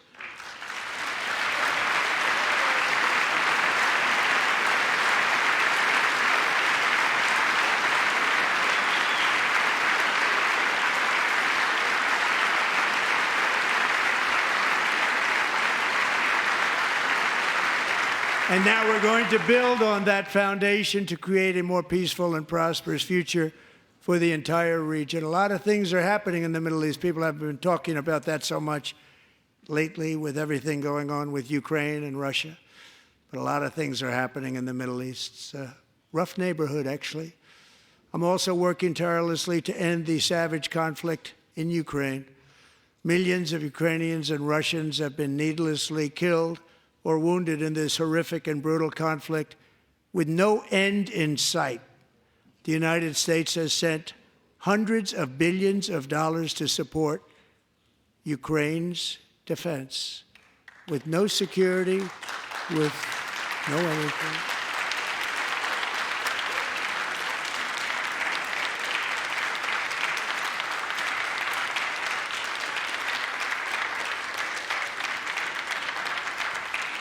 Do you want to keep it going for another 5 years? Yeah, you would say Pocahontas says yes.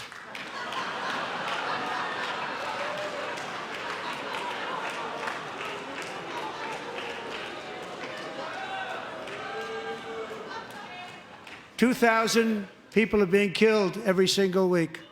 More than that. They're Russian young people. They're Ukrainian young people. They're not Americans. But I want it to stop. Meanwhile, Europe has sadly spent more money buying Russian oil and gas than they have spent on defending Ukraine, by far. Think of that. They've spent more buying Russian oil and gas than they have defending. And we've spent perhaps $350 billion, like taking candy from a baby. That's what happened. And they've spent $100 billion. What a difference that is. And we have an ocean separating us, and they don't. But we're getting along very well with them, and lots of good things are happening. Biden has authorized more money in this fight than Europe has spent, by billions and billions of dollars. It's hard to believe that they wouldn't have stopped it and said at some point, come on, let's equalize. You got to be equal to us. But that didn't happen. Earlier today, I received an important letter from President Zelensky of Ukraine. The letter reads, Ukraine is ready to come to the negotiating table as soon as possible to bring lasting peace closer. Nobody wants peace more than the Ukrainians, he said. My team and I stand ready to work under President Trump's strong leadership to get a peace that lasts. We do really value how much America has done to help Ukraine maintain its sovereignty and independence. Regarding the agreement on minerals and security, Ukraine is ready to sign it at any time that is convenient for you. I appreciate that he sent this letter, just got it a little while ago. Simultaneously, we've had serious discussions with Russia and have received strong signals that they are ready for peace. Wouldn't that be beautiful? Wouldn't that be beautiful?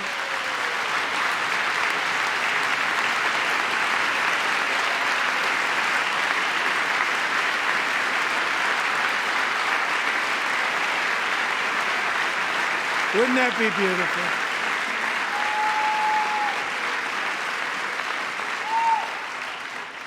It's time to stop this madness. It's time to halt the killing. It's time to end this senseless war. If you want to end wars, you have to talk to both sides. Nearly 4 years ago, amid rising tensions, a history teacher named Mark Fogel was detained in Russia and sentenced to 14 years in a penal colony. Rough stuff. The previous administration barely lifted a finger to help him. They knew he was innocent, but they had no idea where to begin. But last summer, I promised his 95-year-old mother, Malphine, that we would bring her boy safely back home. After 22 days in office, I did just that, and they are here tonight.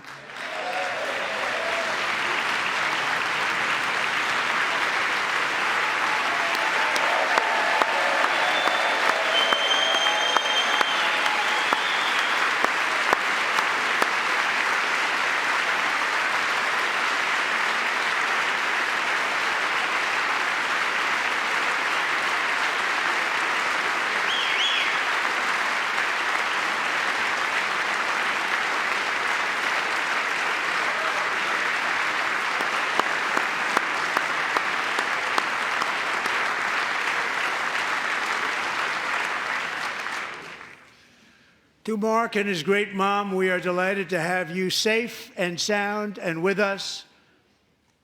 As fate would have it, Mark Fogel was born in a small rural town in Butler, Pennsylvania. Have you heard of it?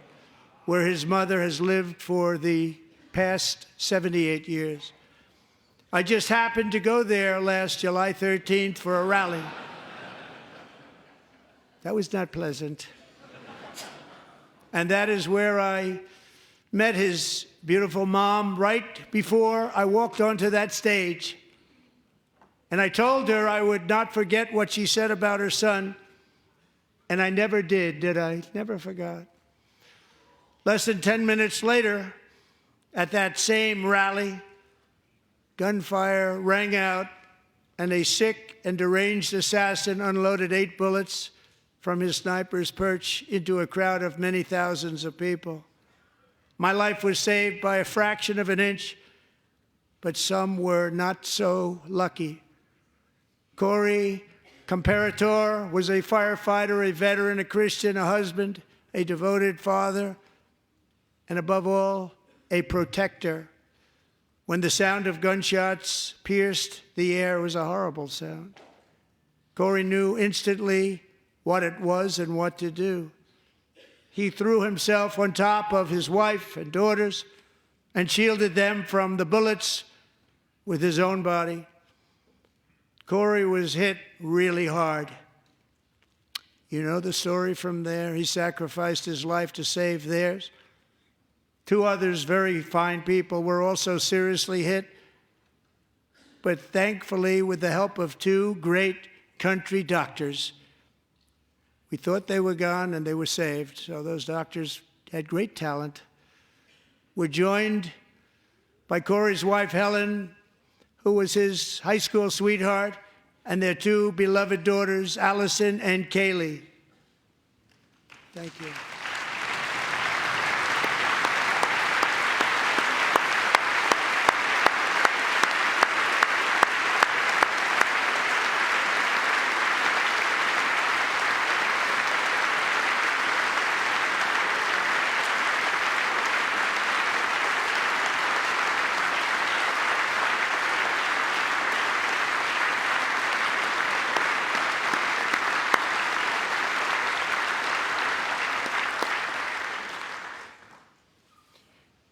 To Helen, Allison, and Kaylee, Corey is looking down on his 3 beautiful ladies right now, and he is cheering you on. He loves you.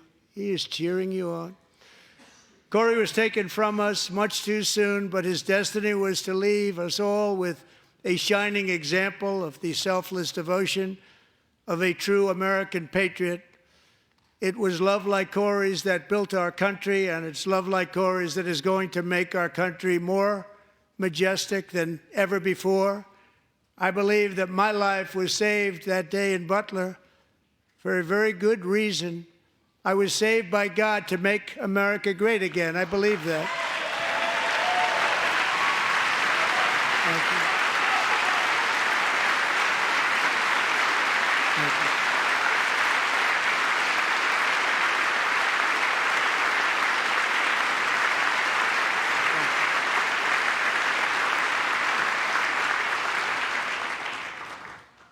Thank Thank you very much. From the patriots of Lexington and Concord to the heroes of Gettysburg and Normandy, from the warriors who crossed the Delaware to the trailblazers who climbed the Rockies, and from the legends who soared at Kitty Hawk to the astronauts who touched the moon, Americans have always been the people who defied all odds, transcended all dangers, made the most extraordinary sacrifices, and did whatever it took to defend our children, our country, and our freedom.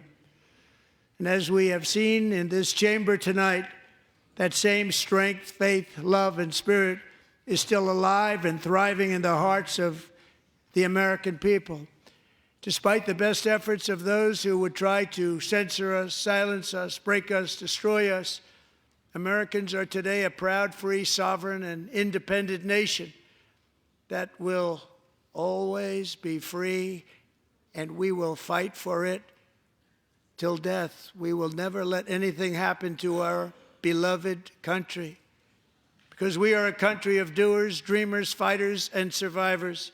Our ancestors crossed a vast ocean, strode into the unknown wilderness, and carved their fortunes from the rock and soil of a perilous and very dangerous frontier.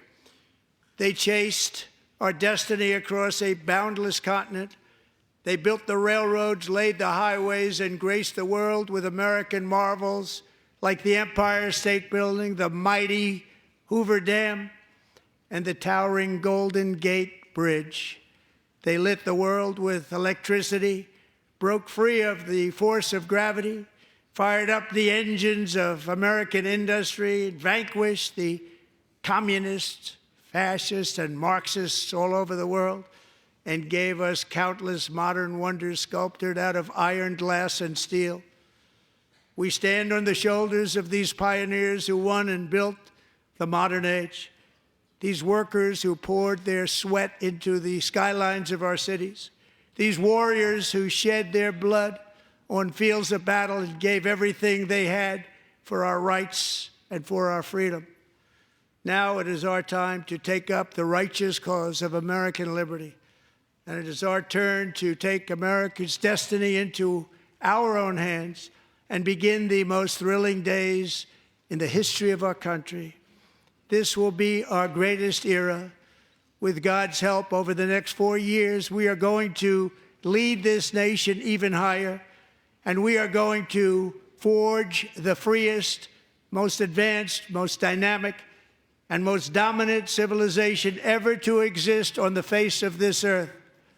We are going to create the highest quality of life, build the safest and wealthiest and healthiest and most vital communities anywhere in the world. We are going to conquer the vast frontiers of science, and we are going to lead humanity into space and plant the American flag on the planet Mars and even far beyond.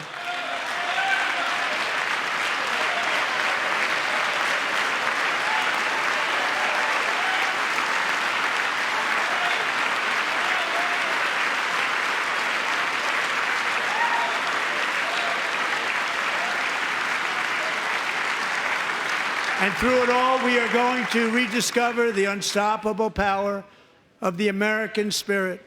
And we are going to renew unlimited promise of the American dream. Every single day, we will stand up and we will fight, fight, fight for the country our citizens believe in and for the country our people deserve.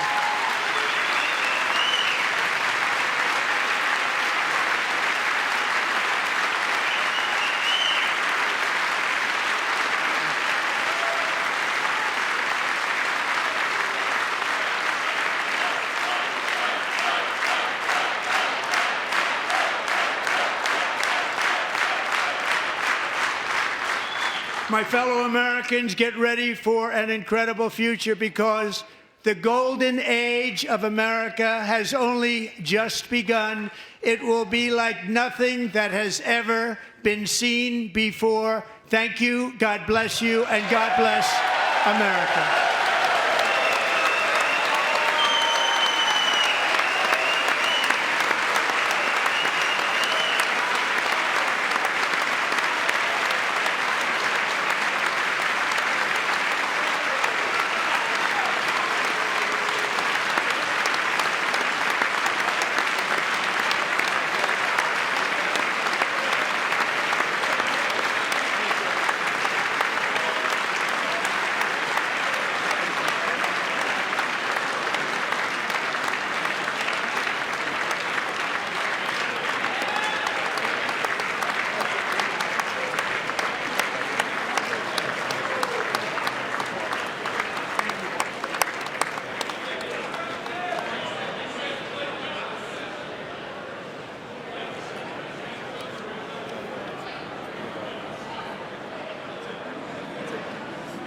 Thank you very much. Great job. Thank you. Great honor. Thank you. Thank you. Get this place going, all right? Thank you. It's a great honor. Thank you. Thank you, Mr. President. Thank you very much.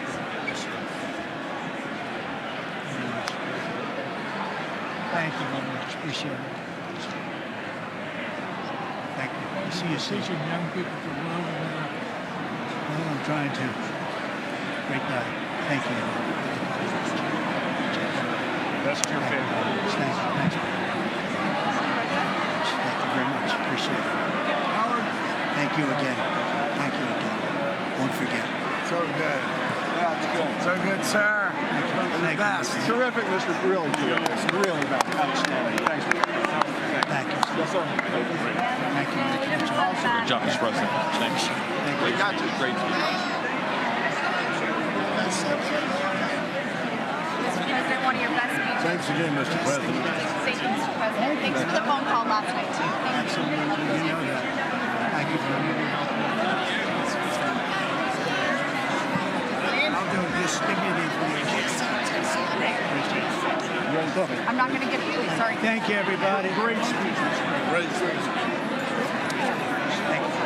Best speech ever. Yes. Good. Congratulations. Good job. God work. Can you sign President?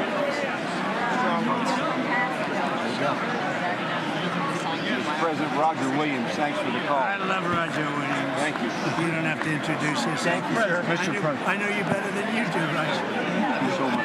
My great baseball player. America Good is- job. Great job you're doing.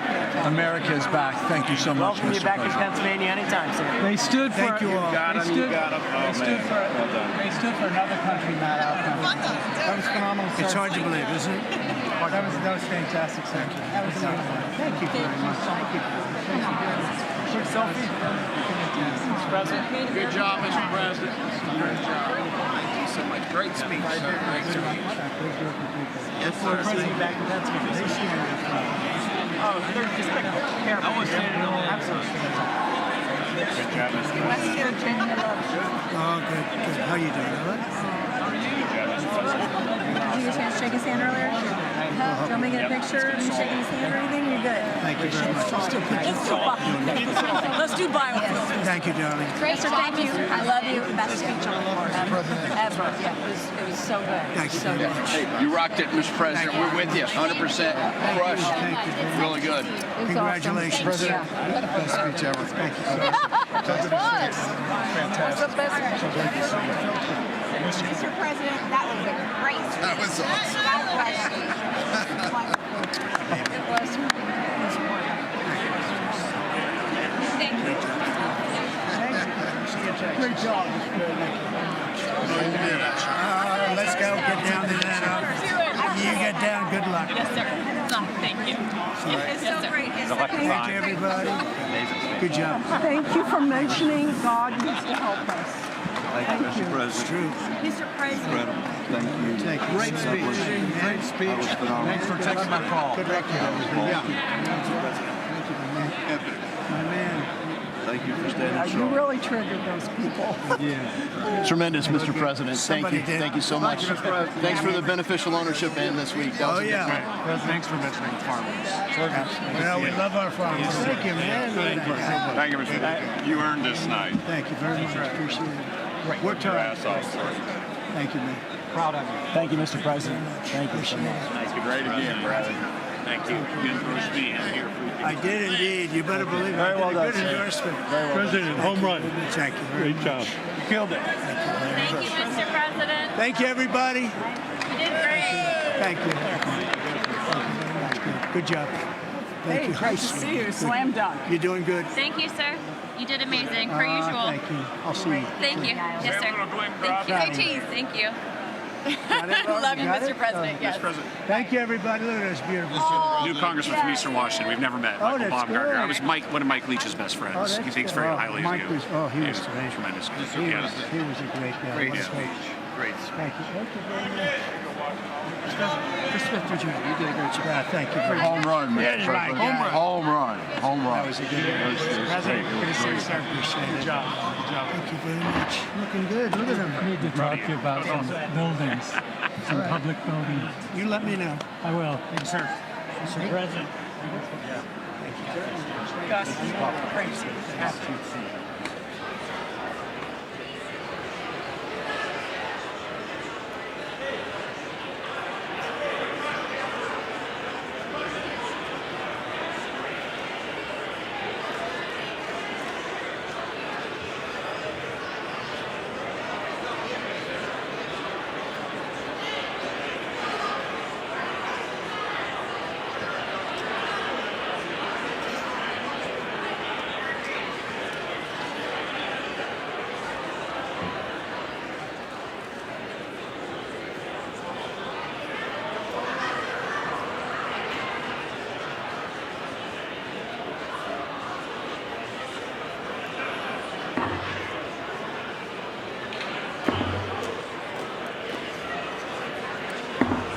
The House will be in order.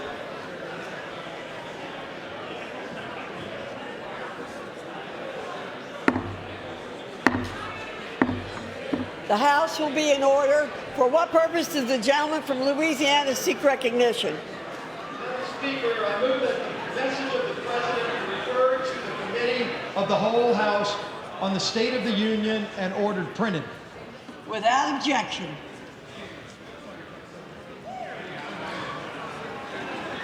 Does it,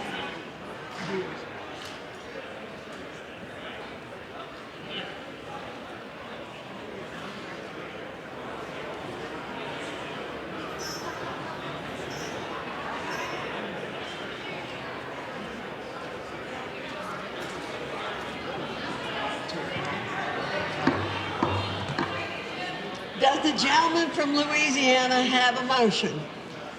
Madam Speaker, I move that the House now stand adjourned.